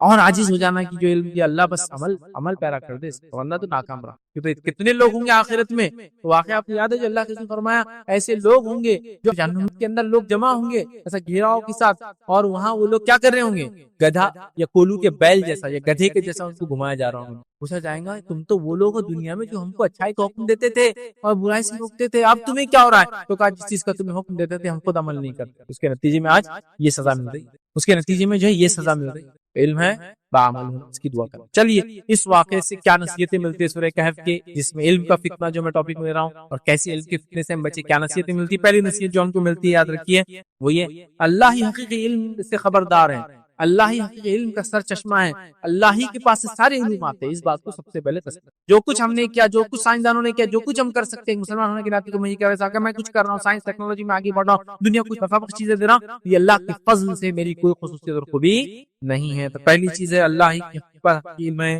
موسیٰ علیہ السلام کو اللہ نے خضر علیہ السلام کے پاس کیوں بھیجا؟ اس لیے کہ انہوں نے وہ اللہ عالم کہنا چاہیے تھا سب سے پہلے تو، کہ اللہ ہی جانتا کس کو سب سے زیادہ علم ہے، وہ نہیں کہا اور اس کا کہہ دیا میں نے، میرے نے، اور اللہ نے پکڑ کی کہ موسیٰ کا کام تھا یہ کہنا کہ اللہ کو سب سے زیادہ، ٹھیک ہے، تو سب سے پہلی چیز ہے۔ دوسرا، لوگ اللہ کے علم و حکمت سے زیادہ آج کل کفاروں کے علم حکمت چال بازیوں کے تعلق سے پریشان رہتے ہیں، ان کی یہ چال ہے، ان کی وہ چال ہے، ان کی آرگنائزیشن کو 100 سال ہو گئے ان کی منصوبہ بندی ہے، یہ آرگنائزیشن 1100 سال سے چل رہی ہے ان کی منصوبہ بندی ہے، وہ فلاں آرگنائزیشن یہ کر رہی ہے تو فلاں آرگنائزیشن یہ کر رہی ہے، فلاں لوگوں کا منصوبہ پوری انسانیت کو جہنم میں لے جانے کا فلاں لوگوں کا منصوبہ ہے۔ ارے ان سب کے تمام منصوبے مل کے بھی کچھ نہیں کر سکتے، اس لیے کہ اللہ رب العزت کو اس کا علم تھا، تو اللہ رب العزت خود ان کو ان کی چال بازی میں پھنساتا ہے۔ اس کا مطلب یہ نہیں کہ میں کہہ رہا ہوں مسلمانوں کو ایک دم بھولی بکری بن کے کسی کے پیچھے بھی چلو، میں یہ نہیں کہنا چاہتا، بولنا یہ چاہ رہا ہوں کہ جو چال بازی کرنے والا کر رہا ہے رب العزت کو اس کا بھی علم ہے، اور اللہ رب العزت ان کی چال بازی سے امت کو بچائیں گا۔ اگر امت توحید پر قائم رہے اور جس طرح سے اس کے نبی نے عمل کیا کرتے رہے، احکامات پہ عمل لائے، منع چیز کردہ چیزوں سے رکتی رہے، تو اللہ رب العزت کا کام ہے اس کی حفاظت کر سکتے۔ تو ہم لوگ بڑے اس کی تنظیم، یہ خفیہ تنظیم یہ کر رہی ہے، یہ آرگنائزیشن 100 سال سے یہ کر رہی ہے، وہ آرگنائزیشن سب بیکار ہے۔ اللہ رب العزت ہر چیز کا علم ہے، تو لوگوں کی چال بازیوں کا بھی علم ہے، لوگوں کی اچھائی کا بھی، سب چیز کا اللہ تعالیٰ کو علم ہے، یہ بات کو آپ سمجھے اگر، ٹھیک ہے۔ اسی طرح جو ہے ایک روایت آتی ہے جو سلسلہ صحیح ہے کہ روایت حدیث سنی حدیث اس طرح سے، نبی اکرم صلی اللہ علیہ وسلم فرمایا جب موسیٰ علیہ السلام کی خضر علیہ السلام سے ملاقات ہوئی تو ایک پرندہ آیا، وہ جو واقعہ میں رکھتا، اور اس نے پانی اپنے چونچ میں بھر لیا۔ خضر علیہ السلام نے موسیٰ علیہ السلام سے کہا کیا تجھے علم ہے یہ پرندہ کیا کہنا چاہتا ہے؟ انہوں نے کہا یہ کیا کہنا چاہتا ہے؟ خضر علیہ السلام نے کہا مجھے کہہ رہا ہے کہ تیرا اور موسیٰ کا علم اللہ تعالیٰ کے علم کے مقابلے میں اتنا ہی ہے جتنا سمندر کے مقابلے میں میری چونچ میں آنے والا پانی۔ تو اللہ رب العزت کی ذات اصل ہے، جب یہ پورے اتنے برگزیدہ نبیوں کا علم ایک چونچ میں پانی کے ہوتا ہے، تو یہ تنظیموں کا، یہ شر پسند لوگوں کا، یہ شیطان کی پیروکاروں کی چالوں کی کیا اوقات ہے ایسے؟ پر میں نہیں کہہ رہا ہوں معصوم بکری بن کے چلے، میرا بولنے کا مقصد یہ ہے ہم اللہ پہ توکل کرے، ایمان لائے، جیسے لانے کا حق ہے، اللہ رب العزت ہماری حفاظت کرے۔ دوسرا، ہم اس واقعے سے کیا نصیحت سیکھتے اور علم کے فتنے سے ہم کیسے بچ سکتے ہیں اس واقعے سے، وہ یہ واقعات کے پیچھے موجودہ اللہ کی عظیم حکمتوں کو ہم سمجھیں۔ جو چیز زندگی میرے اور آپ کے ساتھ ہوتی ہے مجھے اس کا علم نہیں ہوتا ہے، لیکن اللہ کی عظیم حکمت کو ہم ذہن میں رکھیں کہ اللہ نے کچھ نہ کچھ حکمت سے ہی کام میرے ساتھ کروایا ہے، اور روایتوں میں الفاظ آتا ہے کہ کوئی کام مومن کے ساتھ نہیں ہوتا مگر یہ کہ اس کے لیے نفع بخش ہوتا ہے۔ جیسا کشتی میں سوراخ کر دی، توڑ تختہ توڑ دیا خاموشی میں، خضر علیہ السلام ہے نا، اب تو کشتی والے پہ کیا گزری ہوں گی اس تھوڑی دیر، کب تک؟ جب تک کہ وہ کشتی چھوٹ نہ گئی، کیا گزری ہوں گی کہ کس نے کیا میرے ساتھ، یہ لانا تو مناوا تو میری کشتی کو توڑ دی ہے نا۔ اور جیسی بادشاہ کے پاس گئے، بادشاہ بولا چل لاؤ کشتی، اللہ اچھی کشتی کس کی لو، جب ٹوٹی ہوئی کشتی دیکھا چھوڑ دیا تو ہاں چچ ہوا، بہت اچھا ہوا جو ٹوٹا ہے نا۔ کتنے جلدی انٹینشنز کیسے بدلتے ہم لوگ، ہم یہ سوچ لیں اللہ کی عظیم حکمت ہے، اللہ کا گریٹر پلان ہے۔ میں راستے جانو گر گیا اور پیر ٹوٹ گیا، اور ابھی تو میری ریس، ابھی تو میرے گیمز تھے، ابھی تو میرا سپورٹس تھا، ابھی تو میرے کو ہیلتھ کی ضرورت تھی، ابھی تو بزنس ٹائم تھا، ابھی تو سیزن تھا، ابھی تو کھیتی کا ٹائم تھا، ابھی تو یہ تھا، ویٹ رک جاؤ، سمجھ حکمت ہے اس کے پیچھے رب العزت کی، ہو سکتا ہے یہ ٹوٹنا اور تمہارا آرام کرنا تمہارے لیے خیر کا سبب۔ ایک صاحب ایک بار بتانے لگے، ان کو پیرالسس فالج لقوا مار گیا ہے نا، سن ہونا تھا، ہاف باڈی پیر، اب اتنے پریشان ہو کے پیرالسس ہو گئے، اتنے پریشان ہو گئے جسی کو انتہا نہیں۔ جب پیرالسس ختم ہونے کے بعد ان کی باڈی کی چیکنگ وغیرہ ہوا تو ڈاکٹرز نے یہ ڈیٹیکٹ کیا کہ ان کی پھیپڑوں وغیرہ میں کچھ ایسا مرض ہو گیا تھا کہ جب وہ پیرالسس ہوا اور وہ جب آرام کرتے رہے تو آٹومیٹک پیرالسس کے ساتھ وہ مرض بھی کیور ہو گیا۔ اگر وہ اچھے ہوتے تو شاید اس مرض سے ان کو بہت زیادہ نقصان ہوتا اور تکلیف، بلکہ ڈاکٹر نے دیکھا شاید مر جاتے اس کے، ہم نہیں مانتے، ہم مانتے کہ جب تبدیل میں رہا وقت آتا تو انسان مرنا جب تبھی مرتا، آپ سمجھے؟ تو اللہ نے ایک پیرالسس کے ذریعے دوسرا ٹریٹمنٹ کر دیا، اور ساتھ میں جو مومن کے ساتھ ہوتا ہے اللہ کے بڑے منصوبے کو ذہن میں ہمیشہ رکھ۔ ہم لوگ کتنے ناشکر ہیں، کتنی چھوٹی چھوٹی چیز ہو جاتی ہے، گر گئے پیرو کچھ ہو گیا، ابش ہونا تھا کہ اللہ تعالیٰ کو ابش کرانا تھا، کہ اتنا امپورٹنٹ کام ہے ابھی پر۔ اب دیکھو نا بچے کا انٹرویو تھا، اللہ تعالیٰ نے ہاتھ اڑا دیا اس کا، کیا ہمارا ہی گھر ملتا نوز باللہ اللہ تعالیٰ۔ ایسی جملے ہم لوگ بولتے ہیں چھوٹی چھوٹی چیزیں، دیکھو اب اتنی ضرورت تھی پیسوں کی، اب انہوں بیمار پڑے گا، کون کما کے لائیں گے؟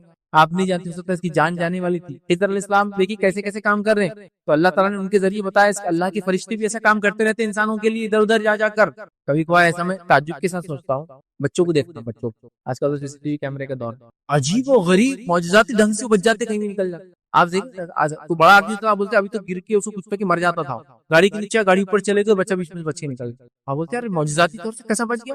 آپ دیکھ ابھی تو CCTV کیمرے کا دور ہے، آپ دیکھیے کار چلے گئی، بچہ نیچے تھا اور پھر کھڑا ہو گیا، معجزاتی طور سے بچ جاتے۔ دیکھیے فرشتے ہوتے اللہ کے اپوائنٹڈ۔ حضرت علی رضی اللہ عنہ کو جب کہا گیا کہ آپ خلیفہ ہے، آپ کے لیے سیکورٹی کی ضرورت ہے، تو کہا مجھے ضرورت نہیں، جب تک فرشتوں کی حفاظت اللہ نے مجھے رکھنا ہے اللہ رکھیں گے۔ اور وہ میری حفاظت کرتے رہیں گے اور مجھے کوئی کچھ نہیں کر سکتا, اور جب اللہ تعالیٰ ان کو ہٹانا چاہیں گے ہٹا لیں گے, پھر تم سب مل کر میری حفاظت نہیں کر پاؤں گے. اللہ کا اپنا ایک پلان ہے باہر. تو اس گریٹر پلان کو یاد رکھیے کہ اگر میرا پیر ٹوٹا تو کچھ نہ کچھ فائدہ ہے, اگر میرا مال گیا تو کچھ نہ کچھ فائدہ, اگر میری صحت گئی تو کچھ نہ کچھ اس کا پلان ہے, اللہ کا فائدہ ہے, اگر میری بچوں کی شادی نہیں ہوئی تو کچھ نہ کچھ فائدہ, اگر میری صحت آج نہیں تو کل کچھ نہ کچھ اس کا فائدہ اس دنیا اور آخرت میں ہے. شارٹ جس کو بولتے بالکل ہے ہی. تو وہ حکمت جب انسان یاد رکھتا ہے نا, کشتی والے نے اگر جزا فضا کیا ہوگا 5-10 منٹ بعد یا وہ دوسرا جب وہ بادشاہ کے پاس گیا ہوں تو کتنا خوش ہوگا, بہت اچھا ہوگا بھائی یہ کشتی خراب نکلی, نہیں تو گئی تھی کشتی, چلو تختہ بنا لیں گے بعد میں اپن. سمجھ رہے بات. جیسا مثال کے طور پر کوئی ڈاکو آ گئے ایک دم ہائی وے کے اوپر, سب گاڑیوں کو روک لیے, بولے سب کو ختم کر دو, جلدی لے کس کی اچھی گاڑی, اور آپ کی گاڑی ایک دم کھٹارا گندے حال میں دھلی بھی نہیں, جس کی وجہ سے آپ ڈرائیور کو بمکا ہے, گالیاں دے کے آئیں گے, تیرے وجہ سے اتنی گندی گاڑی لے جانا بیٹا, میرے خاندان میں کوئی اتنی گندی گاڑی کبھی بیٹھا نہیں, یہ نہیں تو نہیں سب ایسا ہے. اور وہ ڈاکو کیا کرے, سب زیادہ چمک رہی اور اس کی گاڑی تو خالی کر کے, اور آپ کی یار گندی اس کو چھوڑ دو, اور اللہ کا شکر کا بیٹا تو نے اچھا کرا, گاڑی کو دھویا نہیں, تلے کھا لڈو کھا میرے طرف سے, نہ ڈاکو نے ہماری طرف دیکھا نہ ہمارے طرف کچھ وہ ہے نہیں. جب شکر ادا کریں تو اللہ کا گریٹر پلان رہتا ہے ہر جگہ. سمجھو میں چاہ رہا تھا یہ کروں, کمپٹیٹیو ایگزام دو اور اس میں کامیاب ہو, میں اس لائق تھا, نہیں ہوا, اللہ کا اور پلان ہے اس کے علاوہ بڑا. اب میں نہیں جانتی ہوں پلان, بس تھوڑا انتظار کرو تو فائدے. سمجھ رہے بات, تو اس چیز کو سمجھنا بہت. چلیے وقت نہیں اتنا تو بہر تو اللہ کے پلانس کو ہمیشہ یاد رکھے ذہن میں, اللہ کی حکمتیں یاد رکھیے, اور وہ ہر چیز کو کرتا ہے. جس طرح واقعات کے پیچھے جو حکمتیں تھی, موسیٰ علیہ السلام جیسے نبی بھی سمجھ نہیں پائے جب تک کہ خضر نے ان کو ایکسپلین نہیں کیا علیہ السلام نے, تو ایسا ہم جیسے چھوٹے موٹے للو کچھ لوگوں کیا جو ایمان میں کمزور, علم میں کمزور, عمل میں کمزور, موسیٰ علیہ السلام جیسے نبی نہیں سمجھ پائے خضر کی حکمت اللہ نے کیا سمجھائی تھی علیہ السلام. بس ہے یاد رکھنا, حکمت ہے, اس کے فائدے آپ کو ضرور ملیں گے زندگی. تیسری چیز اس واقعے سے کیا پتہ چلتی ہے, واللہ عالم کہنا سیکھ لے. موسیٰ علیہ السلام کے اللہ نے کیوں پکڑ کی, موسیٰ علیہ السلام نے اللہ عالم کہنا چاہیے تھا, اور یہ کہنا چاہیے تھا کہ اللہ کو علم ہے. موسیٰ علیہ السلام نے اللہ عالم نہیں کہتے ہوئے کیا کہہ دیا, مجھے علم. جب کیا پوچھا گیا, موسیٰ اس کو دنیا میں سب سے زیادہ علم, تو آپ نے کہہ دیا مجھے, یہ سوچ کر کہ میں برگزیدہ نبی اور وقت کا میں بھی ایک ہی ہوں, کیونکہ ان کے وقت میں کوئی برگزیدہ نہیں تھا. ان سے پہلے ابراہیم علیہ السلام تھے, ان کے بعد بہت زمانہ ہزاروں سال بعد عیسیٰ علیہ السلام ہے. تو ان کا کام کیا تھا, واللہ عالم کہنا. تو واللہ عالم کہنا سیکھ لے, اس واقعے سے پتہ چلا, اس لیے کہ ہم جتنا بھی علم رکھتے ہو کسی چیز کا, اس سے آگے بھی کچھ نہ کچھ علم ہوتا ہے. واللہ عالم یہ کہنا بہت اچھی چیز, اللہ بہتر جانتا ہے, کہنا سیکھ لے. جو نہیں معلوم اس پر کہنا واللہ عالم. موسیٰ علیہ السلام کو نہیں معلوم تھا کہ آپ نے کہہ دیا مجھے علم, تو اگر کہتے واللہ عالم تو مسئلہ ختم ہے. تو واللہ عالم کہنا ہم سیکھے, یاد رکھیے بڑی اہم چیزیں. ضرور نہیں کہ تمام باتوں کا علم مجھے اور آپ کو ہو سکتا ہے جو چیز ظاہر دکھ رہی ہے اس کے اندر بھی کچھ نہ کچھ اللہ کی حکمتیں ہو, جو تبھی پتہ چلیں گی جب ہم یہ کہیں گے واللہ عالم, اللہ بہتر جانتا ہے, پھر اللہ انشاءاللہ جو چیزوں کو بتائیں. ٹھیک ہے. اسی طرح غیر ضروری مباحثوں میں نہیں پڑھنا چاہیے, اور واللہ عالم کہہ کر باتوں کو ختم کر دینا, یہ زیادہ اچھا ہے. غیر ضروری بحثوں میں ہم لوگ پڑھتے ہیں, دین کے مسائل میں, دنیا کی باتوں میں, دین میں زیادہ ہوتا ہے یہ. بہرحال واللہ عالم کہہ کر اگر بچ جائے تو میں سمجھتا یہ زیادہ کافی ہوں. یاد رکھیے کیونکہ اصل نصیحت کو چھوڑ کر فضول بحثوں کے پیچھے ہم لوگ پڑے رہتے ہیں. آئیے سورہ کہف سورہ نمبر 18 آیت نمبر 22 میں اللہ نے کیا فرمایا, قل ربی اعلم بعدتہم ما یعلمہم الا قلیل. اصحاب کہف کے بارے میں اللہ کیا فرما رہا ہے کہ کہہ دو اے محمد صلی اللہ علیہ وسلم کہ میرا پروردگار ان کی تعداد کو بخوبی جانتا ہے. مطلب وہ کتنے تھے, 7 تھے, 5 تھے, 9 تھے, 11 تھے, 13 تھے, واللہ اعلم. اب ہم کو بحث, موسیٰ علیہ السلام کا عصا کس چیز کا تھا جس کو لے کے چلتے تھے, اللہ معلوم, کیا کرنا ہے اس بحث کو لے کے. نہیں وہ جام کے جھاڑ کا تھا, نہیں وہ انار کے جھاڑ کا تھا, نہیں وہ انجیر کے جھاڑ کا تھا, واللہ عالم. جو بھی تھا بس اللہ نے عصا دیا موسیٰ علیہ السلام کرنے سے معجزہ تھا. نہیں موسیٰ علیہ السلام جو جھاڑ کے پیچھے اللہ تعالیٰ کا وہ دیکھتے تو وہ جھاڑ کون سا تھا, وہ پہاڑ, کیا کرنا ہے, واللہ عالم. جو سمجھے نا, تو بے فضول بحثوں میں دین میں نہیں جانا, اس سے دین اور ایمان خراب ہوتا ہے, یاد رکھیے. اور کتنے دن اصحاب کہف سوئے, واللہ عالم. جو بھی تھا, لوگ کہتے قرآن نے کہا کہ وہ 300 سال 309 سال, واللہ عالم. جو بھی تھا وہ جو سوئے بس, جتنا سوئے اللہ نے جتنا سلایا, جب اٹھانا تھا اٹھا دیا, بٹ اتنا تو پتا ہے کہ سینچریز سوئے, صدیوں تک سوئے. ٹھیک ہے, ہم کو اس میں نہیں, تو فضول بحثوں میں نہیں پڑھنا چاہیے. ٹھیک ہے. اسی طرح دجال کہاں ہے ابھی, یاجوج ماجوج کی دیوار قائم ہے, پوری دنیا دیکھ لیے, گوگل میپ تو سب بتا دے رہا, یاجوج ماجوج کی دیوار نہیں بتا سک رہا. ہاں نہیں بتا سکتا, کیا کریں. آج سے 200 سال پہلے, 200 کم ہو جائیں گے, آج سے 300 سال پہلے امریکہ کا معلوم تھا کیا آپ کو, 300-400 سال پہلے امریکہ ڈھونڈا گیا ہے نا, اس کے بعد بھی لوگوں کو پتا نہیں تھا. کالی زمین, یہ زمین, ویسٹ انڈیز, ویسٹ انڈیا بول دیا اس کو, کیا ہو گیا, انڈیا کو ڈھونڈنے چکر میں وہاں چلے گئے, تو ویسٹ انڈیا, اور ویسٹ انڈیا سے ویسٹ انڈیز بن گیا. ٹھیک, مطلب نکلے تھے کہ وہ ڈھونڈیں گے انڈیا کی طرف جائیں گے, لیکن وہ الٹے چال چلا دی, پتا نہیں کیا ہوا, اور پہنچ گیا امریکہ, اور بولے یہ ویسٹ انڈیا ہے, کیا ویسٹ انڈیز جس کو مان لو. اتنی بڑی غلطیاں, کولمبس وہ بتاتے کہ پہنچے 400 سال لے لی, تو کسی کو مطلب وہ تو زمین ملی, پھر وہ پوری دنیا میں, تو کسی کو امریکہ جیسا بر اعظم نہیں معلوم تھا یار, آسٹریلیا بر اعظم لوگوں کو نہیں پتا تھا, ڈھونڈا گیا نا. اور انسانی جسم میں کیا کیا ہے. میں نے حال میں ایک ریسرچ پڑھی تھی کہ انسانی جسم کے اندر ایک ایسا چھوٹا سا حصہ ہے جو ابھی معلوم ہو انسان کو. ناک کے اندر رہتا ایک سوراخ, اس کا ایک اپنا کام ہے جو کرتا ہے وہ اپنے جسم کو نہیں معلوم کیا کیا اس کے اندر. خلیے ہیں, مالیکولز تھے, مالیکولز کے بعد بولے کہ کیا رہتا, ایٹم رہتا. بولے بس مالیکول سے چھوڑا کچھ نہیں, ذرہ.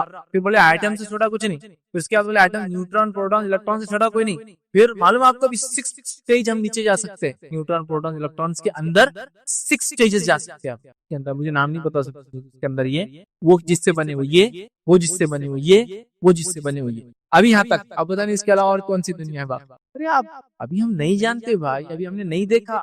آج ہم کو سائنس ٹیکنالوجی لگ رہا ہے ہم سب کچھ دے سکتے ہیں, ہم نے ابھی نہیں دیکھا. ابھی ہم دیکھیں گے. جس طرح 100 200 500 سال پہلے ہم کو بر اعظم بڑے بڑے نہیں پتا تھے, ہم بہت سمجھتے دنیا ہم نے دیکھ لی, لیکن آج ہم کو نئی نئی چیزیں پتا چلی. سمندروں کی گہرائی میں اللہ نے ابھی کیا چھپا رکھا ہے وہ بھی ہم نہیں جانتے. اب آسمانوں کی گہرائی میں اللہ نے کیا چھپا رکھا ہے وہ بھی نہیں جانتے. تو ہم کیسے دعویٰ کر سکتے ہیں ہماری چیز کا علم ہے؟ نہیں, دنیا تو علم ہے نا یار. اللہ نے کہہ دیا انتظار کرو, انتظار کرو, ٹھیک ہے. ہم پیچھے نہیں پڑتے. کیا بولیں گے ایسی چیزوں میں؟ واللہ اللہ بہتر جانتا بھائی. میں بحث نہیں کرتا. تمہاری بلیف, تمہارا عقیدہ, تمہاری سوچ تمہارے ساتھ, میں بحث نہیں. تو اس واقعے سے ہم 3 چیزیں ہم نے سیکھی علم کے معاملے میں. یہ وہ ہے اللہ ہی وہ ہے جو حقیقی علم اور خیر کا مالک ہے, یہ ہم کو پتا چلا. دوسرا, واقعات کے پیچھے اللہ کی حکمت ہوتی ہے, سیکھا. اور تیسرا ہم نے سیکھا کہ واللہ عالم کہنا چاہتے ہیں. چوتھا, اس واقعے سے جو ہم نصیحتیں سیکھیں گے انشاءاللہ جو وہ ہے عہد, منصب, سربراہی, لیڈرشپ کا یا بادشاہت کا فتنہ. اب بادشاہت نہیں ہوتی بلکہ سمجھ لی لیڈرشپ, منصبی, عہدے کا فتنہ. اب اس فتنے کو ہم سورہ کہف سے کیسا ہم اس کا نصیحت حاصل کریں گے, اس فتنے میں ہم کیا کریں اور اس فتنے میں نہ پڑیں. ذوالقرنین کا واقعہ دیکھ لیجیے. ذوالقرنین کا واقعہ شارٹ میں آپ کے سامنے رکھتا. ذوالقرنین ایک بادشاہ تھا, اللہ رب العزت نے اس کو بہت حکومت دی. اس کو ذوالقرنین کہنے کی وجہ لوگ یہ کہتے ہیں کہ اس کی حکومت اتنی بڑی تھی. قرن جو ہے سینگ کو کہتے ہیں, اور ذوالقرنین مطلب 2 سینگ والا, وہ اس معنی میں کہ اس کی حکومت اتنی بڑی تھی کہ ایسٹ سے ویسٹ تک چلتی. ذوالقرنین مطلب سورج نکلنے کی جگہ سے سورج ڈوبنے کی جگہ تک. واللہ عالم کب رہا, ایسی کوئی ڈیٹ وغیرہ نہیں. لوگ کہتے ہیں الیگزینڈر تھا, نہیں, یہ بھی نہیں, کیونکہ الیگزینڈر ہم جانتے ہیں مشرک تھا, کافر. لوگ کہتے ہیں کہ سائرس تھا, سائرس دی گریٹ, جو پرشین ایک ایمپرر تھا, لیکن ہم جانتے ہیں وہ بھی مسلمان نہیں تھا. تو لہٰذا میں بھی اور ڈیٹ پیچھے جاؤ, 10,000 سال پرانا کوئی بادشاہ, 15,000 سال پرانا کوئی بادشاہ, واللہ عالم جو بھی تھے. تو ذوالقرنین نام ایک نیک, دیندار مسلمان اور اچھے اللہ کے ولی, جس کو بولیں گے دوست بادشاہ, ٹھیک ہے. اور اللہ نے بڑی حکومت دی تھی, اور مغرب مشرق سے مغرب تک ان کی حکومتیں چھائی ہوئی تھی. ایک بار نکلے اس قوم کے پاس پہنچے جو قریب نہ تھا کہ کوئی بات سمجھ. انہوں نے کہا اے ذوالقرنین, یہ 2 پہاڑ ہے, 2 پہاڑ کے بیچ میں ایک راستہ ہے, اس راستے کے اندر سے قوم آتی ہے اور آ کر ہم کو تہس نہس کرتی, برباد کر دیتی ہے, وغیرہ وغیرہ کر دیتی ہے. آپ کو اس معاملے میں مسئلہ کریں, آپ کو ہم بڑی اجرت, بہت پیسہ دیں گے اس کے کام کا. ذوالقرنین نے کہا اللہ کا شکر ہے میرے پاس بہت کچھ ہے, صرف تم میری مدد کرو, میرے پاس بہت سب کچھ ہے, میرے پاس لوہا لاؤ اور تانبا لاؤ. پھر لوہا لایا گیا, لوہے کے برکس بنائے گئے, اور برکس بنا کے پہاڑ کے بیچ میں جما دی. پھر اس کے تانبا اور اس لوہے کے برکس کو آگ لگائے گی. آگ لگانے سے پورے لال, جب وہ لال ہو گئے تو اس میں تانبا ڈالا. تانبا تھوڑا سافٹ میٹل ہوتا ہے, یاد رکھیے, لوہے کے مقابلے میں, آئرن کے مقابلے میں. وہ اس پہ ڈالا گیا جس سے وہ پگھل کے چادر چڑھ گئی اس کے اوپر, اور ایسا بن گیا جیسا کہ ایک فیبرک ہوتا ہے, چادر وغیرہ پہ ڈیزائن ہوتا ہے, ویسا اس پہ تانبا پورا لال لال لال لال بول کے وہ تانبا چڑھا دیا. کس پہ چڑھا دیا گیا؟ لوہے کے دیوار کے اوپر تانبا چڑھا دیا گیا, ٹھیک. اور وہ قوم پیچھے رہ گئی, تاکہ وہ قوم جو آ کے ہر بار فتنہ مچاتی تھی, فساد کرتی تھی اور تکلیف پہنچاتی تھی ادھر کے انسانوں کو, جو کہ بیچارے بڑے غریب تھے.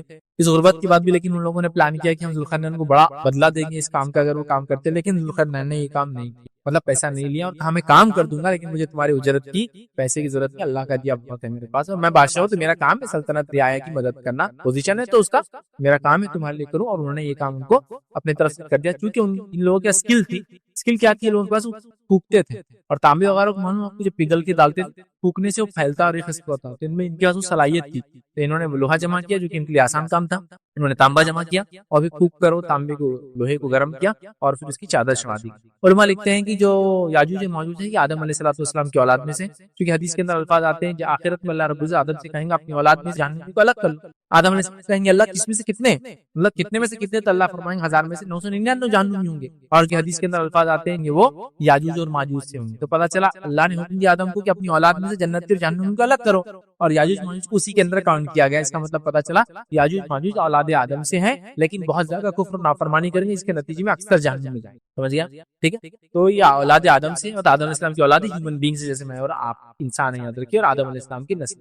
لیکن یہ اپنی جنگلی پنے کی وجہ سے، دین سے دوری کی وجہ سے، دنیا سے دوری کی وجہ سے سائنس ٹیکنالوجی میں یہ آگے نہیں بڑھیں گے، کیونکہ ان کے حالات جو آتے ہیں روایتوں میں اس سے پتہ چلتا ہے. تفصیلات کا موقع نہیں، یاجوج ماجوج کے خرید کیا دیکھنا ہے تو آپ، میرا پورا ایک لیکچر ہے یاجوج اور ماجوج کا خروج، یہ ضرور آپ دیکھیے، جو کہ دجال کے خروج کے بعد نکلنے والے. دجال کے نکلنے کے بعد یہ لوگ آئیں گے، علامات قیامت میں سے ایک بڑی علامت ہے. اس کے بعد عیسیٰ علیہ السلام کو وہ کریں گے، بڑا تفصیلی واقعہ بہرحال آپ اس کو دیکھ سکتے ہیں. ٹھیک ہے. تو لہٰذا یہ ہوں گے. اب یہ قوم کے تعلق سے یاد رکھیے، یہ قوم جو ہے پہاڑوں پہ چڑھ نہیں سکتی، اس کی میں وہ صفت، اس لیے حدیث میں آتا ہے یاجوج ماجوج جب آئیں گے تو عیسیٰ علیہ السلام سب کو لے کے پہاڑوں پہ چلے جائیں گے. مطلب یہ قوم پہاڑوں پہ نہیں چڑھ سکتی. دوسرا، یہ قوم میں کھودنے کی صلاحیت نہیں نیچے سے، مطلب یہ دیوار کے اوپر سے بھی نہیں آ سکتے اور نیچے سے بھی نہیں آ سکتے، کیونکہ اوپر چڑھنے کے مقابلے میں نیچے کھودنا زیادہ مشکل کام ہوتا ہے. یہ بات آپ سب جانتے ہیں. سمجھ رہے ہیں؟ آپ بولیں گے ایسا کیسا ہو سکتا ہے، آپ کو کلائمبنگ تو آسان دیکھیے ہو سکتا ہے، لیکن آپ کو معلوم ہونا چاہیے کئی لوگ ہیں جو بڑے بڑے لوگ ہیں، میں سمجھتا ہوں آپ جانتے ہیں سیلیبریٹی فلاں، لیکن تیرنا نہیں ہے. آپ بولیں گے یار ساری چیز گاڑی چلانا نہیں آتی. ارے تیرے پاس 100 گاڑیاں لیکن نہیں چلانا نہیں آتی، ڈرائیور چلا آپ کو نہیں آتی، آپ نے کو جمتا ہی نہیں.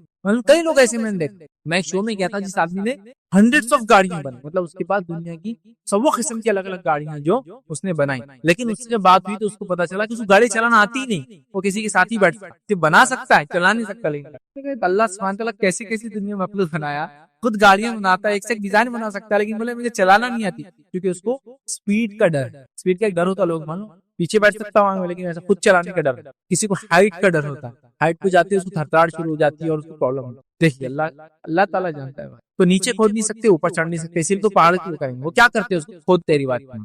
آپ صلی اللہ علیہ وسلم ایک رات اٹھے اور اچانک گھبراہٹ کر اٹھے اور اپنی اہلیہ سے کہا کہ ہلاکت ہے عربوں کے لیے. تو کہا کیا ہوا؟ تو کہا آپ نے روایت میں انگوٹھے اور یہ انگلی کو ملایا جو قریبی انگلی ہوتی ہے اس سے، کہا آج یاجوج ماجوج نے سوراخ اور کھودنے کے بعد جو ہے وہ بالکل دیوار کو پتلا کر دیتے اور پھر اٹھ کے بولتے کل آ کے اپنی کریں گے. لیکن اللہ تعالیٰ کل تک پھر اس کو اپنی حکمت سے بڑی کر دیتے، پھر دوسرے دن پھر شروع کرتے زیرو سے. لیکن ایک دن قیامت سے پہلے کیا ہوں گے، جب وہ نکلنے والے رہیں گے کھودیں گے اور اچھا خاصا کھود لیں گے اور کہیں انشاءاللہ کل آ کے ہم کریں گے. جب کل آئیں گے تو وہ جیسی کی ویسی رہیں گی اور اس دن توڑ دیں گے. ٹھیک ہے. اور پھر وہ قوم نکلیں گی اور کیا ہوگا، تباہی مچائیں گے، آپ سب جانتے ہیں. بہرحال تو عہد اور منصبی پوزیشن، لیڈرشپ، مقام، مرتبہ اگر دیتا اللہ تعالیٰ تو اس میں اس کے فتنے کیا، اس سے کیسے بچے، اس واقعے سے ہم کیسے نکال سکتے ذوالقرنین کیا، یہ دیکھتے ہیں. 3 نکات اس میں کیا دیکھیں گے. پہلا نکتہ ہے مسلمان حاکم یا کوئی عہدے رکھنے والے نہ ظلم کریں گا اور نہ ہی ظلم کو برداشت کریں گا، نہ خود ظلم کریں گا نہ کسی پہ ظلم برداشت. مسلمان حاکم، لیڈر، خلیفہ، بادشاہ، ذمہ دار، آپ رعایا کے ذمہ داروں کو پوزیشن ہے، گورنمنٹ آفیسر ہے، کچھ بھی ہے، نہ آپ ظلم سہیں گے نہ کسی پہ ظلم کریں گے.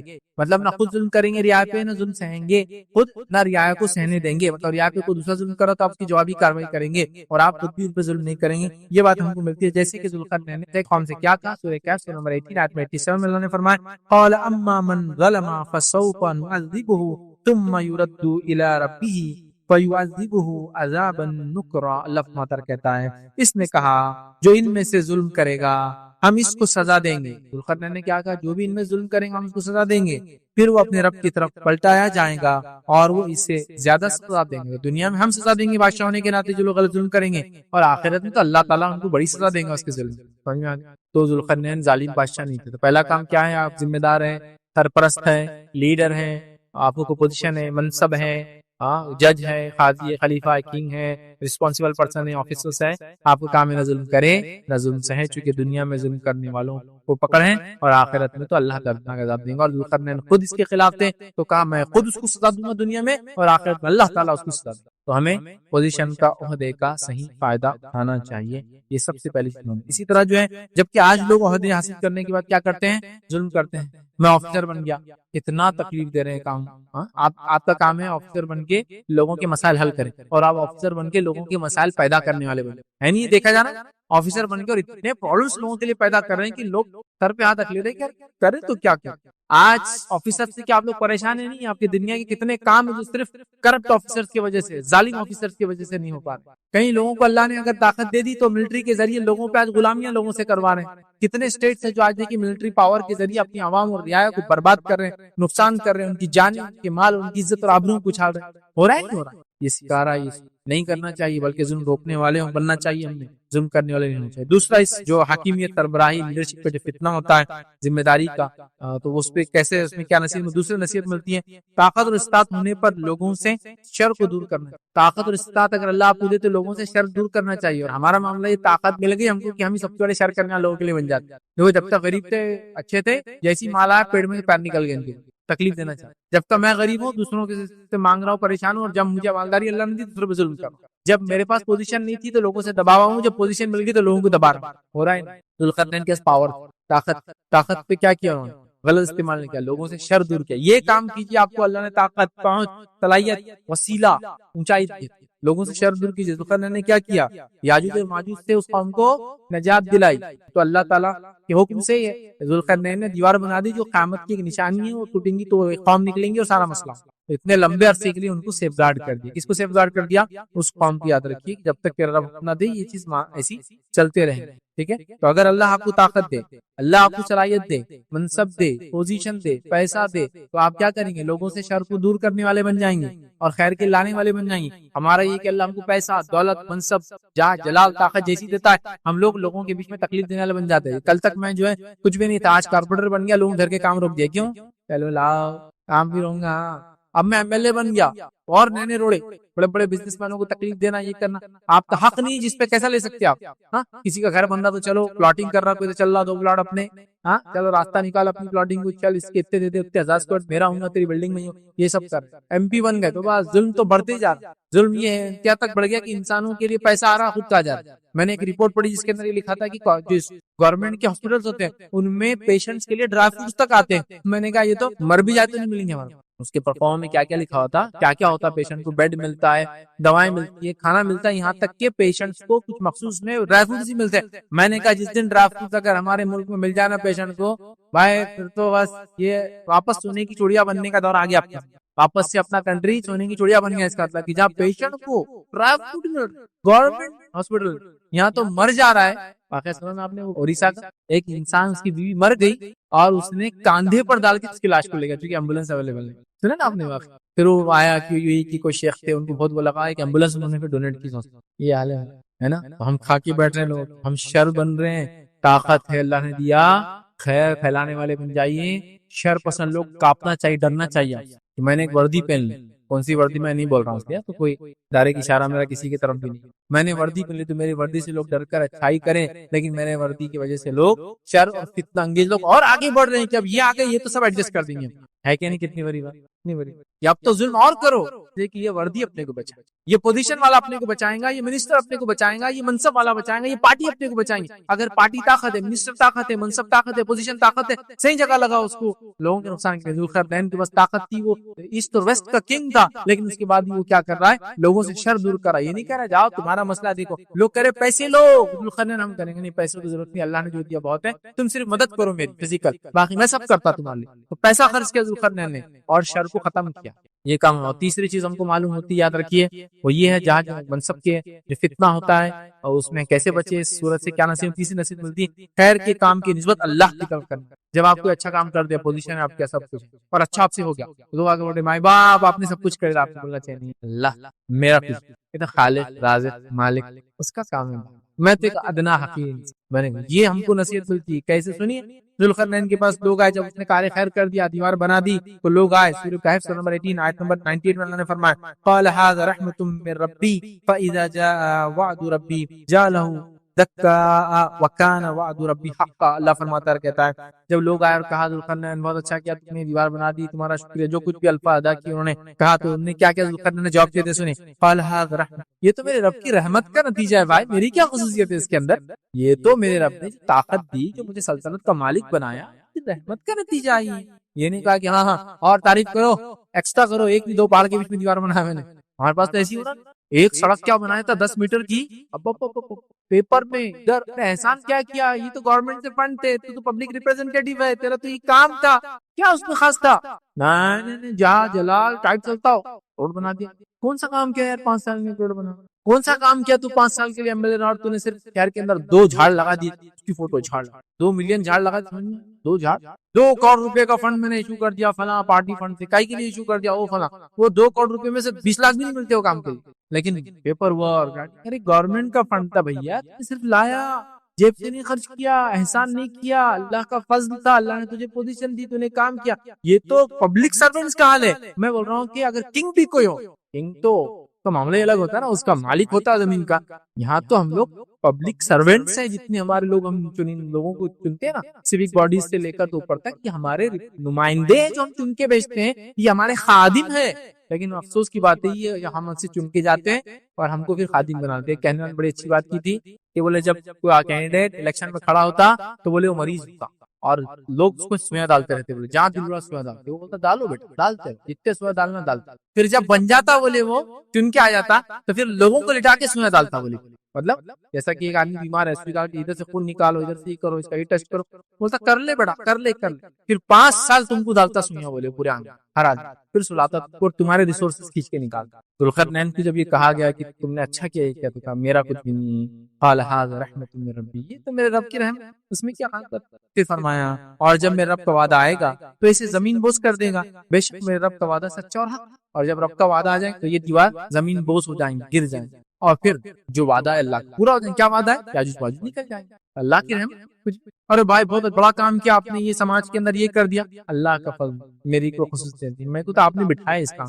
یہ عاجزی ہونا ایک کنگ بادشاہ, کہ اللہ نے اس کی پوزیشن کا صحیح فائدہ اٹھایا. اللہ نے مجھے ذمہ دار بنایا, شہر کا, بستی کا, گھر والوں کا, کوئی میں نے احسان نہیں کیا کسی. اللہ نے مال و دولت دی, میں نے غریبوں کو دیا, کوئی احسان نہیں کیا. ارے مالک تم نے ہمیں یہ دیا, نہیں کچھ دعا کرو میرے, کچھ میری خصوصیت نہیں, رب نے دیا, میں نے تم پہ خرچ کیا, کوئی احسان نہیں کیا میں نے کسی. یہ میرا احسان میرے اپنے آپ پر تھا کہ جہنم کی آگ سے اگر یہ صدقہ مجھے بچا لے میرے لیے کامیابی, میرا کوئی احسان. یہ اتنا خیر کے کام کی نسبت اللہ کی طرف کی ذوالقرنین نے اتنا بڑا خیر کا کام کیا. آج کسی عہدے پر فائز ہونے کے بعد ہم لوگ کیا حل کرتے لوگوں کا اور رعایا کا, مجھے ڈیٹیل میں جاننے کی انشاءاللہ ضرورت نہیں, آپ لوگ سب سمجھدار ہیں نا. 3 باتیں کیا سیکھی ہم نے, عہدے کی فتنے سے کیسے بچیں گے, اس صورت کی کیا نصیحتیں ملی. پہلا, مسلمان حاکم کا کام ہے کہ نہ ظلم کرے نہ ظلم سہے, اپنی رعایت. دوسرا ہم نے دیکھا طاقت یا استطاعت ہونے کے بعد لوگوں کو شر سے محفوظ رکھے. اور تیسرا کام ہے خیر کے کام کی نسبت ہمیشہ اللہ کی طرف کرے جو ہم سے کوئی چیز جائے. تو یہ اسباق تھے. 4 فتنے ہم نے دیکھے, اور 4 فتنوں میں 4 واقعات سورہ کہف کے لیے, اور 4 واقعات سے کیسے ہم ان فتنوں سے بچ سکتے وہ ہم نے دیکھا. اور ہر واقعے میں 3 پوائنٹس رکھے. ہم نے 4 قسم کے فتنے آپ کے سامنے رکھے, اور چاروں سے کیسے بچنا دیکھا. تو سب سے پہلے ہم نے جو ہے دین اور ایمان کا فتنہ دیکھا, اور اس میں سورہ کہف کیسے نصیحت کرتا ہے اصحاب کہف کے واقعے سے. دوسرا ہم نے دیکھا جو ہے مال و دولت کا فتنہ, تو کتنا بڑا فتنہ ہے, اور اس سے بچنے کے لیے ہم نے سورہ کہف سے نصیحت حاصل کی, اور ہم نے 2 باغ والے کا واقعہ دیکھا. تیسرا ہم نے دیکھا جو ہے وہ علم کا فتنہ کیسا ہوتا ہے, اور جس کو ہم نے موسیٰ علیہ السلام اور خضر علیہ السلام کے واقعے سے دیکھا.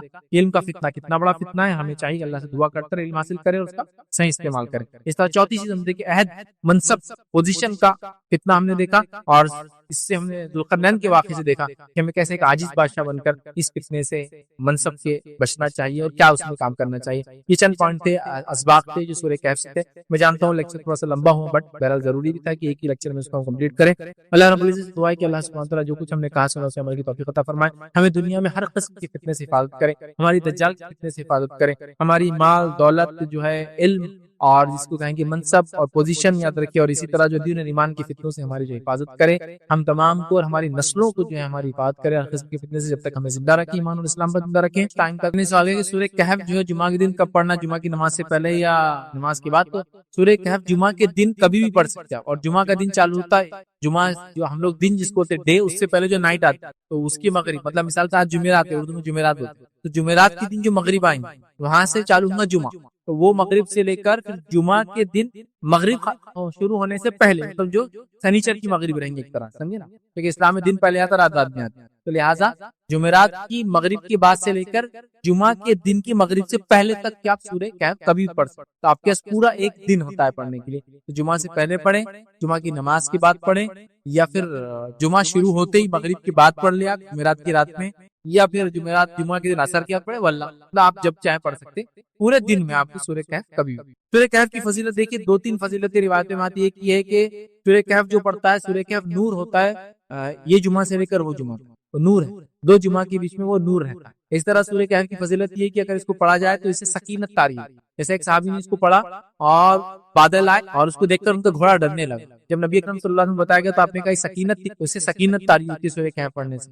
سورہ کہف نور ہے ایک جمعہ سے لے کر دوسرے جمعہ کے بیچ میں. سورہ کہف کی اول 10 آیتیں جو انسان یاد کر لے اور اس کو پڑھا کرے دجال کے فتنے سے بچ جائیں گے. یہ چند فضیلتیں اس کی ہے, کبھی موقع ملے تو انشاءاللہ سورہ کہف کی اور بھی فضیلتیں دیکھنے کی انشاءاللہ. ایک امام صاحب نے میرے کو بولے کہ اصحاب کہف کے جو نام ہے اس کے تعویذ منا کے پینا بولے تو بچوں کو پنانا تو اس کے کوئی برکت ہے, وہ ناموں میں بہت برکت ہے. تو یہ بات میں نے سوال کیا کہ اصحاب کہف کے تعلق سے کسی نے ان کو بتایا کہ ان کے نام اگر کوئی تعویذ بنا کر پہنے تو اس سے بچوں کی زندگی میں برکت آئیں گی یا فائدہ ہوگا. سب سے پہلی چیز مجھے بتائیے اصحاب کہف کتنے تھے, یہ کسی کو بھی نہیں معلوم, تو کسی کو کیسا پتا چلے گا ان کے نام کیا تھے؟ جب تعداد ہی نہیں معلوم تو نام کہاں سے معلوم؟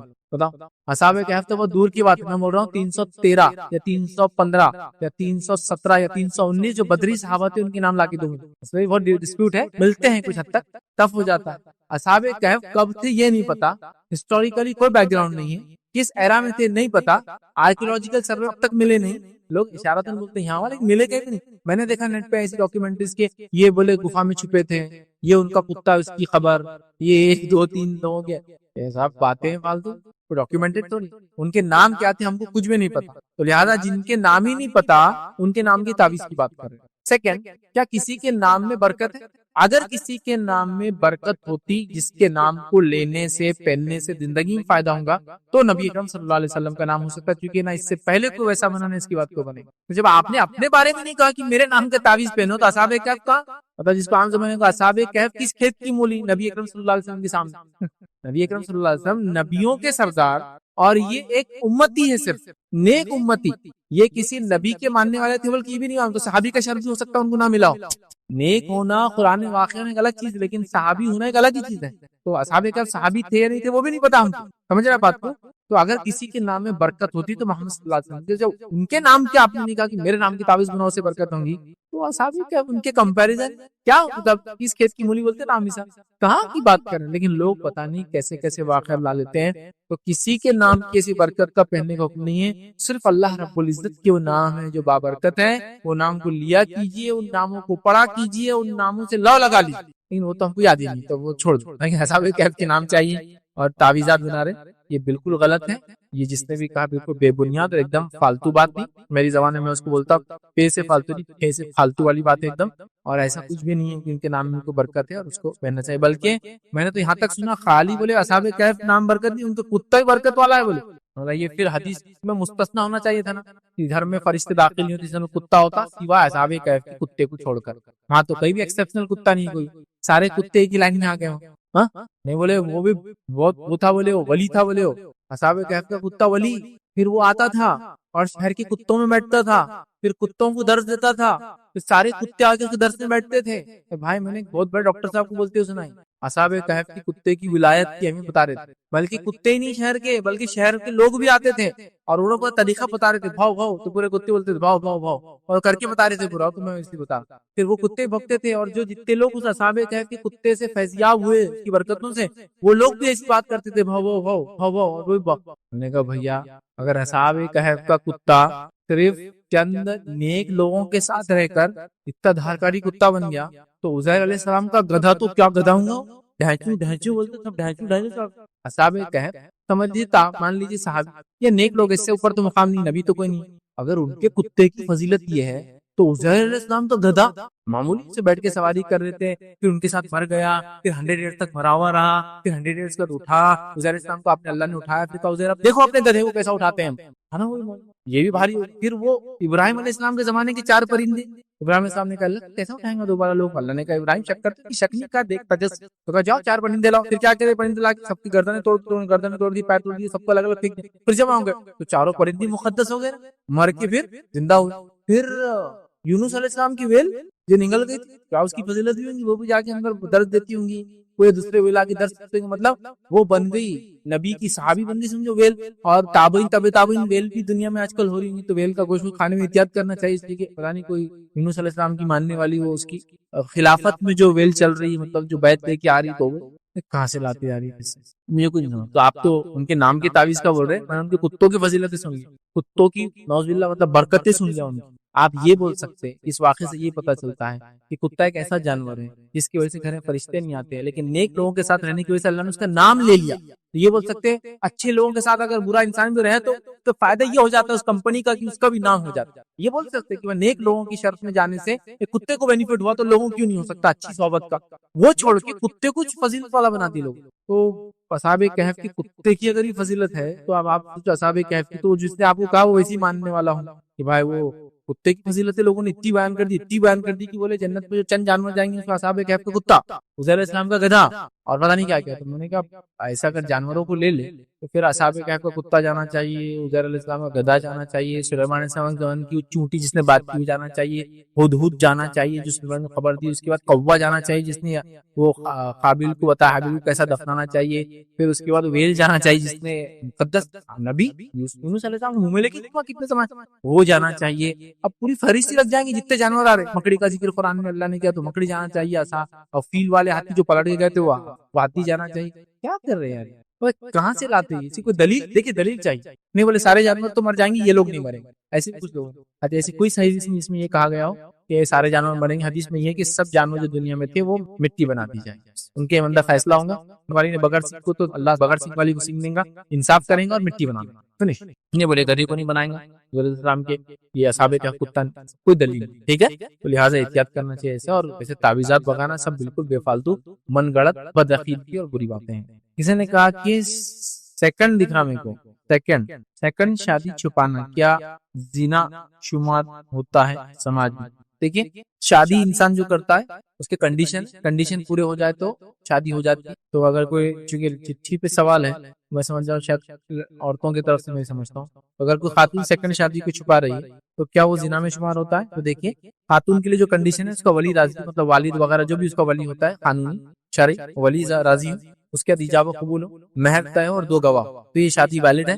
کہ دنیا کو نہیں معلوم ہو تو کچھ نہیں ہوتا. ٹھیک، تو اگر شادی اس طریقے سے بھی جو شرعی کنڈیشن کو پورا کرتی ہے اور لوگوں کو نہیں معلوم لیکن تو اس سے کوئی زنا شمار. جیسا میرا نکاح ہوا ہے، بہت سے لوگوں کو ہو سکتا نہیں معلوم ہے 2 سال 3 سال تک، یہ تھوڑی میں زنا کر رہا. اگر شادی کی کنڈیشن پورے ہو رہے ہیں، سیکنڈ ہو، تھرڈ ہو، فورتھ ہو، اتنا تو بولنا بھی نہیں چاہیے، سیکنڈ کے بعد مر جاتا آدمی، بٹ پھر بول دیا میں نے تھرڈ اور فورتھ. تو بہرحال تو نہیں بتانے کا کوئی مسئلہ نہیں، اس کی کنڈیشن پوری ہو گئی تو شادی والی. یہ موسیٰ علیہ السلام اور خضر علیہ السلام کے واقعات سے ایسا کہنا ہے کہ نبی کی سنت رہی ہے کہ وہ وقت ولی کو جا کر ملے اور ولی کی اہمیت سمجھے. ایسا کہنا کیا؟ بھائی نے ایک اچھا سوال کیا کہ خضر علیہ السلام اور موسیٰ علیہ السلام کے واقعے سے یہ پتہ چلتا ہے کہ وقت کا ولی جو ہے اس سے نبی بھی جا کے سیکھتا ہے. دیکھیے میں آپ کو سب سے پہلی چیز بتاتا ہوں، خضر علیہ السلام کے تعلق سے جو باتیں بتائی جاتی ہے اس میں سے ایک بات یہ ہے کہ وہ وقت کے نبی تھے. یاد وقت کے نبی تھے، کیونکہ اللہ رب العزت ایک نبی کو جو دوسروں سے نہیں سکھائیں گے، اور موسیٰ علیہ السلام جیسے نبی کو دوسروں سے نہیں سکھائیں گے، کیونکہ انبیاء وہ ہوتے ہیں جن کے ذریعے اللہ معجزے کرواتا ہے، کرامت نہیں، معجزے، بڑی بڑی چیزیں. اور وہ ہوتے جن کو علم کا بہت بڑا حصہ دیا جاتا ہے. اللہ کے علم کے مقابلے میں تو کچھ بھی نہیں ہے، نتھنگ، بٹ دنیا کے مقابلے میں بہت بڑا علم کا حصہ دیا تھا. کتنا بڑا علم کا کہ ہم کو چھوٹے موٹے سیکرٹ عقل معلوم ہے تو ہم سمجھتے ہیں میں بہت سیکرٹ پانے والا دارکاری انسان ہوں. یہ زمین و آسمان کی چیزیں اللہ رب العزت کو بتاتا ہے، ان تک سیدھا وہی لے کر جبرائیل علیہ السلام جیسا فرشتہ آتا ہے. اور موسیٰ علیہ السلام تو خاص سیدھا اللہ سے بات کرتے تھے. اس سے اونچی پہنچ اور اس سے زیادہ رازدار انسان دنیا کون ہو سکتا ہے؟ اگر ہماری چھوٹے موٹے لوگوں کی اگر کوئی بڑے منسٹر سے بات ہو جائے تو ہم فخر سمجھتے، فوٹو کھینچا لے، اگر دوسرے کھڑے کی بھی تو ایڈیٹنگ کر کے ڈال دیتے اس کو، بہت نزدیکی فلاں ہے. اب اللہ رب العزت سے سیدھا بات سمجھنا بات. تو یہ کہنا کہ خضر علیہ السلام نبی نہیں تھے، ولی تھے. دیکھیں ہر نبی ولی بھی ہوتا ہے تو کوئی ڈاؤٹ، لیکن ایک ولی تھے اور وقت کے نبی کو ولی سے سیکھنا پڑا، یہ درست. تو خضر علیہ السلام یا تو نبی تھے یا تو فرشتے ہوں گے، اللہ نے بھیجا ہوں گا تاکہ صرف سکھائے. لیکن فرشتے ہونے کا ڈاؤٹ بھی ہم کو اس لیے چھوڑنا پڑے گا، ریزن بینگ کہ فرشتوں کے ذریعے اللہ انسانوں کیوں سکھائیں گے، اس سینس میں کم از کم. ٹھیک ہے، فرشتوں کا علم تو اللہ جو انسانوں سے زیادہ ہی ہوتا ہے. ریزن بینگ اللہ کے ساتھ رہتے ہیں، بہت قریب رہتے ہیں، ڈائریکٹ باتوں کو سنتے ہیں. سمجھنا بات، جنت جہنم دیکھے ہوئے ہیں، یہ بھی محال ہے. تو وہ ایک نبی تھے، یاد رکھیں. اور اللہ رب العزت نے بتایا کہ موسیٰ جس طرح سے آپ نبی ہو دیگر اور انبیاء ہیں، لیکن میں نے بالکل سنا ہے کہ یہ واقعے کو لوگ لے کر بتاتے ہیں کہ وقت کا نبی بھی ولی کے بغیر کام نہیں کر سکتا، بلکہ نعوذ باللہ ثم نعوذ باللہ. میں نے تو یہاں تک واقعہ سنا کہ ایک صاحب چلا کے مائک پہ سنا رہے تھے 27 رجب کو جو شب برات شب معراج مناتے ہیں لوگ، لا رہے تھے کہ نبی اکرم صلی اللہ علیہ وسلم گئے سدرۃ المنتہا پہ، جبرائیل علیہ السلام نے چھوڑ دیا، اسی کو بیس بنا کے موسیٰ علیہ السلام خضر علیہ السلام سے ملے تو وقت کے ولی کے پاس نبی کو بھی جانا پڑتا، ان کے نزدیک ولایت کا درجہ نبوت سے زیادہ ہوتا ہے، یاد رکھیے، نعوذ باللہ ثم نعوذ باللہ، اللہ کو معاف کرے اس چیز کے، لیکن ایسا عقیدہ لوگوں کا ہے کہ جس تک ڈائریکٹ وحی آتی نعوذ باللہ اس سے بھی زیادہ بڑا مرتبہ اس کا ہے جس تک وحی نہیں آتی جو نبی بھی، تو وہ سنانے لگا وائز، ٹھیک ہے، اللہ کی لعنت تو اس پر یہی بول سکتا ہوں میں کہ اس نے کیا سنا ہے کہ نبی اکرم پھر آگے بڑھے، سدرۃ المنتہا سے آگے ایک مقام پہ جا کر آپ بھی آگے نہیں جا سکتے، کوشش کر رہے پھر پیچھے آ جائے، جائیں نہیں پا رہے، پھر جدھر نبی نہیں جا پا رہے ادھر سے ایک انسان نکل کے آ رہا، جدھر نبی اکرم صلی اللہ علیہ وسلم نہیں جا پا رہے اللہ کے پاس جب جانا ہے ادھر سے نکل کر ایک شخصیت آ رہی، پھر وہ شخصیت آ کے اللہ کی سجدے میں گر گئی، پھر ان کے پیٹھ پر پیر رکھ کر نبی اکرم صلی اللہ علیہ وسلم گئے، تو نعوذ باللہ ثم نعوذ باللہ ان کا بولنا یہ تھا کہ یہ آدمی نبی سے افضل ہے، کیونکہ نبی نہ جا پایا وہاں سے وہ نکل کر آیا اور نبی کو ان کا وسیلہ لینا پڑا کہ ان کے پیٹھ پر پیر رکھ کر پھر آگے بڑھ سکے، اور وہ بولے تھے خواجہ غریب نواز کے بولے جو ادھر سے نکل کر، اس لیے میں نے کہا اللہ کی لعنت اس پر جس نے ہمارے نبی کا مقام اتنا گھٹا دیا کہ جہاں نبی نہیں جا سکے وہاں سے وہ نکل کر آیا، یہ جھوٹا من گھڑت واقعہ اور وہ لعنتی ہے جو بھی ایسا عقیدہ، نبی اکرم صلی اللہ علیہ وسلم کا کیا مقام ہم نے سمجھا، تو بہرحال وہی مثال ہے جو آپ نے دی، ایسی مثالیں لوگ بہت ہی گھٹیا مثالیں دیتے ہیں، ٹھیک ہے، اور ان کا ایک انہوں نے بلیو بنا لیا ہے کہ ولایت نبوت سے آگے ہے، دیکھیے نبی خود بھی ایک بہت بڑا ولی ہوتا ہے، لیکن یہ ولایت جس سینس میں بولتے ہیں یہ ایک الگ معنی ہوتا ہے، ان کا بولنا ہے کہ جو نبی آتے ہی اہل ظاہر کے لیے آتے ہیں، جو لوگ ظاہر سمجھتے ہیں نبی آتے ہیں ان کو دعوت دیتے ہیں، لیکن اہل باطن کے لیے جو اندر کے چھپے ہوئے میننگ سے راز جانتے ہیں ان کے لیے ولی آتے ہیں، جس میں ایک سسٹم ہوتا ہے، قطب ہوتے ہیں، ابدال ہوتا ہے، یہ ہوتا ہے، سب سے بڑا اس میں غوث ہوتا ہے، پوزیشن سے مجھے پورے یاد میں نہیں بول رہا، پھر غوث ہوتا ہے، اور یہ انسان ہوتے ہیں، فرشتے ہوتے ہیں، پھر اس کا الگ الگ ملکوتی، جبروتی، یاقوتی، وہ پتہ نہیں کیا کیا سلسلے چلتے ہیں، وہ سلسلے اوپر آسمان والے سلسلے ہی ہیں، زمین والے ان کے سلسلے ہوتے ہیں، تو زمین کا سب سے اونچا غوث ہوتا ہے، قطب ہے، ابدال ہے، تو دنیا میں ایک وقت میں کچھ تو پتہ نہیں 50-40 ابدال رہتے ہیں، اس کے اوپر جو ہے 4 قطب ہوتے ہیں، اس کے اوپر جو ہے ایک غوث، یہ ان کا ایک الگ ہے، تو بولتے ہی بات ہی، اور جو نبی آتے ہیں وہ ظاہر کر دیتے اور لکھا ہوا ہوتا ہے، وہی کے ذریعے ہوتا ہے، پڑھا ہوا ہوتا ہے جو تم لوگ پڑھتے ہو، لیکن جو ولایت والا علم ہوتا ہے وہ ادھر سے نکل کے ادھر والے سینے میں ٹرانسفر ہوتا ہے، اس لیے ہاتھ پر چومنے سے وہ ٹرانسفر ہونے کے چانسز بڑھ جاتے ہیں ولیوں کے پیچھے، تو بولتے ہیں یہ دل سے دل کو نعوذ باللہ، یہاں تک لوگوں نے کہہ دیا، یہاں تک کہہ دیا نعوذ باللہ ثم نعوذ باللہ کہ تم جن لوگوں سے روایت کرتے ہو وہ ہے جو سب مر گئے، ہم لوگ جو روایت کرتے حدیث سے سب وہ ہے جو انتقال کر گئے، صحابہ تابعین سب انتقال ہوگا، سب کا انتقال سب چلے گئے، تو وہ یہاں تک جو لوگ اس طرح کی باتیں کرتے ولایت اور نبوت میں فرق کرتے ہو، کہتے ہیں تم ان سے روایت کرتے ہو جو مر چکے ہیں، اور اولیاء اللہ ان سے روایت کرتے جو حی لا جو زندہ ہے جس کو موت ہے، تو ڈائریکٹ اللہ سے کرتے، مطلب ہم جو حدیثوں کو مانتے ہیں وہ اہل ظاہر کے لیے ہے، وہ سب میتوں سے کرتے ہم لوگ، ان کا اتنا خطرناک معاملہ رہتا ہے کہ سیدھا اللہ سے روایتیں کرتے ہیں، انکار ولی کیا کہاں سے لاتے یہ باتیں، یہ کس کا عقیدہ ہے، یہ میرے کو لگتا ہے یہ رومیوں کا، مجوسیوں کا، اور ایسی جو مذاہب اس زمانے میں چلتے تھے نا ان کا سب کا نچوڑ مکسچر دکھتا ہے، اسلام تو کہیں بھی نہیں، نبی اکرم صلی اللہ علیہ وسلم کو بولا تھا میں اہل ظاہر کے لیے ہوں، اہل باطن کے لیے فلاں ہے، ایک سلسلہ یہ چل رہا دوسرا ہم کو یہ مان دنیا ایک انسان ہوتی ہے اور جن ہوتی ہے، ایک عالم ہے دنیا کے اندر، پھر فرشتوں کا ایک عالم ہے، وہ تو ہم کو سمجھ میں آ رہا ہے، لیکن یہ تیسرا چوتھا عالم کہاں ہے اس کے اندر، کہ ایک عالم ظاہری، ایک عالم باطنی، انسانوں کا باطنی، فرشتوں کا باطنی، اور یا پھر انسانوں کا باطنی اور جنوں کا باطنی، انسانوں کا ظاہری اور جنوں کا ظاہری، کیا فالتو بات، ان بہرحال یہ بہت کامن ہے، اس مسکنسپشن کو چھوڑے، بدعقیدگی کو چھوڑے، نبی اکرم صلی اللہ علیہ وسلم ہمیں دیے گئے یہ سب سے افضل بشر ہیں اور انسانوں میں سب سے محبوب شخصیت اللہ رب العزت، ان سے بڑا مقام نہ کسی کا تھا نہ کسی کا ہوں گا، ابھی ایسی باتیں کر کے نعوذ باللہ نبی اکرم صلی اللہ علیہ وسلم صحابہ کا مقام ہو گیا، مطلب ایسی عجیب و غریب باتیں کرتے ہیں جس کی کوئی انتہا نہیں، میں تو یہاں تک سن لیا کہ چھوٹے چھوٹے لوگ نبی صلی اللہ علیہ وسلم کے زمانے کے بعد یہ آج سے 200 سال 400 سال پہلے کسی کے لیے کعبہ آ جا رہا، کسی کے لیے مدینہ خود آ جا، میرا ایک سوال ہے، جب ملنے جاتے ہو کسی سے تو بڑا آدمی چھوٹے سے ملنے جاتا، چھوٹے بڑے سے جاتا، تو تم اتنا حقیر کر دیتے ہو، کعبہ کسی کو ملنے آ جا، کسی سے مدینہ خود آ جا رہا ملنے کے لیے، کیا مطلب سمجھ میں نہیں آ رہا، بات کچھ سمجھ میں نہیں آ رہی بات، کبھی صحابہ کو ضرورت تھی تو نبی مدینہ اٹھ کر نہیں آئے، لوگوں نے تو یہاں تک آخر بیان کر دیے کہ نبی اکرم صلی اللہ علیہ وسلم کی خبر مبارک پر انبیاء کو کچھ کام ہی نہیں، نبی اکرم صلی اللہ علیہ وسلم خبر مبارک پر جا کر کسی نے اشعار پڑھ دیے، کیا پڑھ دیے، شعر مار دیا، کیا بولو اشعار پڑھ دیے، اشعار پڑھتے نتیجہ خبر کے اندر سے ہاتھ نہیں نوز باللہ نبی اکرم، اور لوگوں نے دیکھا، مطلب یہ شعر کیا تھا بھائی، نبی پر وحی آتی تھی، وحی، انہیں شعر پڑھ دیا، فارسی اردو میں، عربی میں، خبر سے اور خبر سے ہاتھ نکل کے لوگوں نے دیکھ لیا، جتنے لوگوں نے دیکھ لیا تو وہ لوگ کچھ تو بھی ایک خاندان کہلاتا کہ ان کے آبا و اجداد میں سے کسی ایک نے وہاں بولے دیکھے ہاتھ نکلتے، تو ہاتھ نکل گئے۔ میرا ایک سوال ہے بیسک، عثمان ابن عفان رضی اللہ عنہ شہید کیے گئے نا، تو نبی اکرم صلی اللہ علیہ وسلم خبر کے بہت قریب تھا، تب کیوں نہیں نکلا ہاتھ عثمان کے لیے حفاظت کے لیے کہ عثمان نبی اکرم صلی اللہ علیہ وسلم نے نماز سے شہید کیے گئے، جب کیوں نہیں نکلا ہاتھ؟ بیسک کوشچن آ رہا ہے، ایک آدمی نے شیر مار دیا خالی یار تو ہاتھ نکل گیا، یہاں تو اتنے بڑے واقعات ہو رہے نا۔ عمر رضی اللہ عنہ کو مسجد نبی میں شہید کیا گیا، جب ہاتھ کیوں نہیں نکل گیا؟ مسجد نبی میں شہید کیا گیا، کیا لاتے لوگ، مطلب مجھے سمجھ میں نہیں آتے کہاں سے لاتے، ان کی عقلیں کام کیسی کرتی۔ کچھ لوگوں کا عالم یہ کہ وہ نبی اکرم صلی اللہ علیہ وسلم ہر جگہ آ جاتے ہیں، جہاں بلایا جاتا ہے، ان کے پیر اور فقیر ہر جگہ بولے تو نہیں آتے، لیکن نبی اکرم ہر جگہ آ جاتے ہیں، بس جاؤ کچھ تو پڑھو آتے۔ میری عقل بولتی ہے تم نبی اکرم بنایا کیا؟ تمہارے پیر اور فقیر تم کو آتے نہیں، تمہارے گھروں پہ جلدی، ان کا اگر مقام اتنا بڑا ہے کہ وہ آ نہیں سکتے ہر جگہ، نبی سمجھا کیا مطلب؟ تو انبیاء کا بس یہی تو دین کے نام پہ بڑا لوگوں نے کیا کیا کھلواڑ کرے، بہرحال میں تو آپ کو بتا بھی نہیں سکتا کیسے لوگ ان کو برداشت کرتے، کیسا لوگ ان عقیدوں کو مانتے، کیسا اس پہ چلنے کے دعوے کرتے ہوئے ٹانگ پہ کاٹے کھڑا ہے سن۔ اچھا اپنی بات بولے تو ان کو بہت برا لگتا، برا من لگتا، تو وہ جو تعصب ہے نا، چشمہ اتارو، ایکچولی چشمے کا جو کلر ہوتا ہے نا وہ چیز دکھتی ہے باہر، نکال کے دیکھو، دین نہیں بھائی، وہ دین نہیں جو آپ نے کر دیا یہ کھلواڑ سے دین کے۔ کسی کے لیے فرشتے اتر کے آ جا رہے، جبرائیل علیہ السلام آ کے پانی پلا دے رہے، کھانا کھلا دے رہے، کیا کسی کے اجتماع کے منڈپ لگا کے چل جا رہے، کیا ہے فرشتوں کا مذاق سمجھا آپ نے؟ وہی لانے والا فرشتہ، فرشتوں کا سردار منڈپا لگا رہا تھا، صاف کچرے صاف کر کے چل جا رہے اجتماع کی بات، تو حد ہوتی ہے، کوئی لمٹ ہوتی ہے۔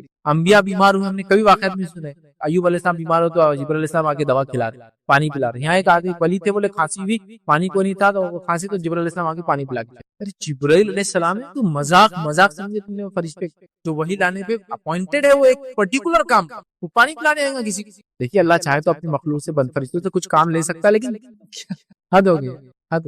تو بہرحال لوگوں نے تو انبیاء کو نہیں چھوڑا، تو بیچارے فرشتے، یہ تو ان کا وہ نہیں، بلکہ نعوذ باللہ ثم نعوذ باللہ، لوگوں نے تو یہاں تک کہہ دیا کہ اللہ رب العزت نے پیر اور فقیروں سے بات کی، ڈائریکٹ باتیں ہو رہی ہوں، موسیٰ علیہ السلام، تو میں نے کہا جب اگر ڈائریکٹ تمہارے پیر اور فقیر سے نعوذ باللہ اللہ تعالیٰ کی بات ہوئی، تو پھر موسیٰ علیہ السلام کا کیا شرف رہا؟ موسیٰ کہاں پہ اکیلے کلیم اللہ رہے، تمہارے بھی سب کلیم اللہ ہو گئے نا یہاں سے وہاں تک، تو کیا معذر ہے بتاؤ موسیٰ علیہ السلام کا پھر کیا ان کا شرف اور خصوصیت رہی پھر کہ اللہ رب العزت ہر ارے گئے نتے کھرے سے بات کر رہے ہیں یہاں سے وہاں تک؟ نہیں بولے ڈائریکٹ، بولے ہمارے فلاں پیر سے غوث اعظم کی ڈائریکٹ بات ہوگی، بولے پیران پیر کی اللہ تعالیٰ سے، تو ان کے مریدوں کی بات ہو جا رہی، کیا مطلب میرے کو سمجھ میں نہیں آتا دین کا کیا مذاق اڑانا چاہ رہے لوگ، کیسا اڑانا چاہ رہے۔ کسی کو بولنا یہ کہ راستے سے جا رہے تھے، دل میں خیال آ گیا ایک نیک انسان کے بارے میں، کسی کے دل میں خیال آ گیا ایک نیک انسان ایک طوائف کے اس پہ بیٹھے، طوائف کے دروازے پہ بیٹھے، سارے واقعہ سنا رہا ہوں، معتبر لوگوں کے منہ سے آپ نیٹ پہ سن سکتے جو بولے، اپنی جماعتوں کے بڑے بڑے ذمہ دار ہیں۔ ایک طوائف کے در پر، دروازے پر ایک بہت بڑے اللہ کے ولی ہے،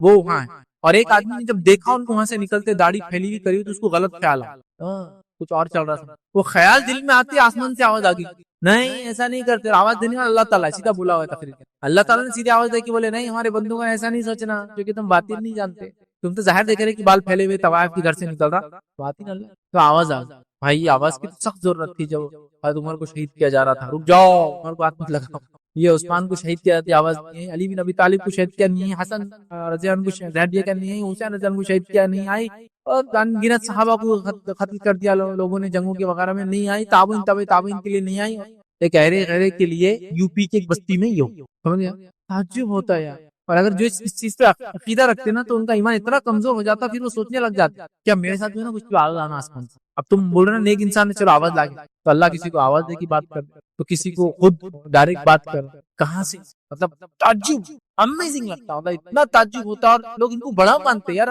یہ بدعقید بھی توبہ تو کرنا چاہیے لوگوں۔ نبی اکرم صلی اللہ علیہ وسلم کی وفات ہوئی، یہ بہت بڑے مقرر وہ کہہ رہے ہیں کہ نعوذ باللہ سب سے پہلے اللہ تعالیٰ نے ان کی نماز جنازہ پڑھی، اب عبادت ہے نماز، رب کا حکم ہے نماز، ہم کو کی میت کے لیے دعا ہے، اللہ کیسے نماز پڑھے گا یار، مطلب کیا بتانا چاہیے، اللہ تعالیٰ سبحان اللہ، کیا بولے، پھر بولے اس کے بعد امہات المومنین نے، پھر عورتیں آئی، پھر مرد آئے، پھر بچے آئے، پاگل ہو گیا، سٹیا گیا، کیا ہے زبان میں کچھ ہونا چاہیے، لگام کچھ تو لگام ہونا چاہیے۔ تو بہرحال لوگوں نے رب العزت کی ذات کو نہیں چھوڑا، انبیاء کو نہیں چھوڑا، تو یہ واقعہ اسی کا ایک لوگ میں نے کافی سنا ہے، ایسا کر کے کبھی بھی اپنی غلطی کے اندر دین ایمان اور شخصیات کا ایسا مقام نہ گرائے۔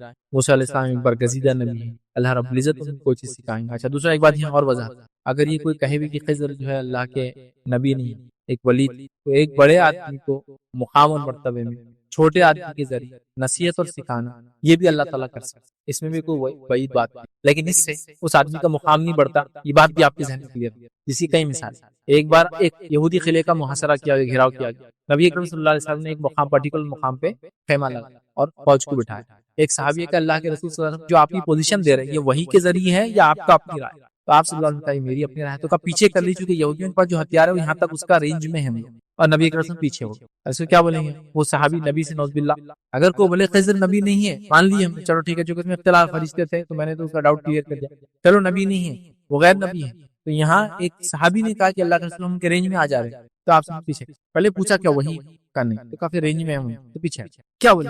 عمر رضی اللہ عنہ اپنی زندگی میں جو ہے اویس قرنی سے دعا کروائی، جبکہ وہ جو ہے تابعی، ان کی نیت کی اویس قرنی کی، وہ قرن کے رہنے والے تھے کہ میں اللہ کے رسول سے ملوں جس سے وہ کیا بن جائیں گے؟ صحابی۔ ماں کی خدمت کے نتیجے میں اللہ نے مقام دیا کہ اللہ ان کی دعاؤں کو رد نہیں کرتا، تو اللہ کے رسول نے کہا کہ اویس ایک شخص ہے قرن کا رہنے والا، وہ جب تمہاری زندگی میں دعا کروانا، اویس قرنی اللہ حضرت عمر کے زمانے مدینہ ہے، حضرت عمر نے ان سے دعا کی، اس سے پتہ کیا چلا صحابی کا مقام بڑا ہے، دعا کس سے کرا رہے؟ ایک تابعی سے، پتہ چلا بڑے مقام والا بھی چھوٹے مقام والے سے دعا کروا سکتا ہے۔ یہ بتانے کا مقصد ہے کوئی یہ ہرگز نہیں بول سکتا کہ اویس قرنی جو ہے نعوذ باللہ عمر سے زیادہ مقام رکھتا، کبھی نہیں، ثابت ہو گیا، کلیئر ہے۔ تو اگر ایسا بھی ہو جائے، کوئی کہے کہ نہیں وہ فرشتے نہیں تھے، تو اللہ تعالیٰ کروا سکتا۔ قابل اور قابل کے واقعے کے اندر اللہ نے کوے سے سکھایا قابل کو کہ خبر کیسی کھودی جائے اور میت کو کیسا رکھنا ہے نہیں؟ اور بھی ایسے واقعات ہیں، بہرحال وقت نہیں کہ جانوروں کے ذریعے اللہ نے لوگوں کو نصیحت۔ خضر علیہ السلام اور موسیٰ علیہ السلام کیا تو چڑیا آئی، خضر نے کیا کہا؟ اے موسیٰ چڑیا کیا میسج دے رہی معلوم تم؟ کیا پیغام دے رہی؟ کا کیا؟ تو جو پانی اس نے چوچ میں لیا نا، اللہ کے علم کے مقابلے میں سمندر جیسا ہے، اللہ کا علم اتنا ہے، اور جس چڑیا نے جتنا پانی پیا ہمارا علم صرف اتنا ہے نا؟ تو چڑیا کو مثال، تو اب چڑیا افضل ہو گئی؟ نہیں، آپ بولیں گے نہیں ایسا نہیں۔ تو ایک مفضول انسان سے ایک افضل انسان کو اللہ سکھا سکتا، اس میں کوئی دو رائے۔ انبیاء نے سیکھا لوگوں کو دیکھ، انبیاء نے سیکھا جب لوگوں کی خطا ہوئی تو اگلی بار کیسا کرنا چاہیے، تو اس میں کوئی نہیں، اس سے ان کا مقام نہیں بڑھتا، لیکن یہ بات ہی ہے ہمارے ذہن میں، اسی بات کو کریں گے۔ واخر دعوانا الحمدللہ رب العالمین۔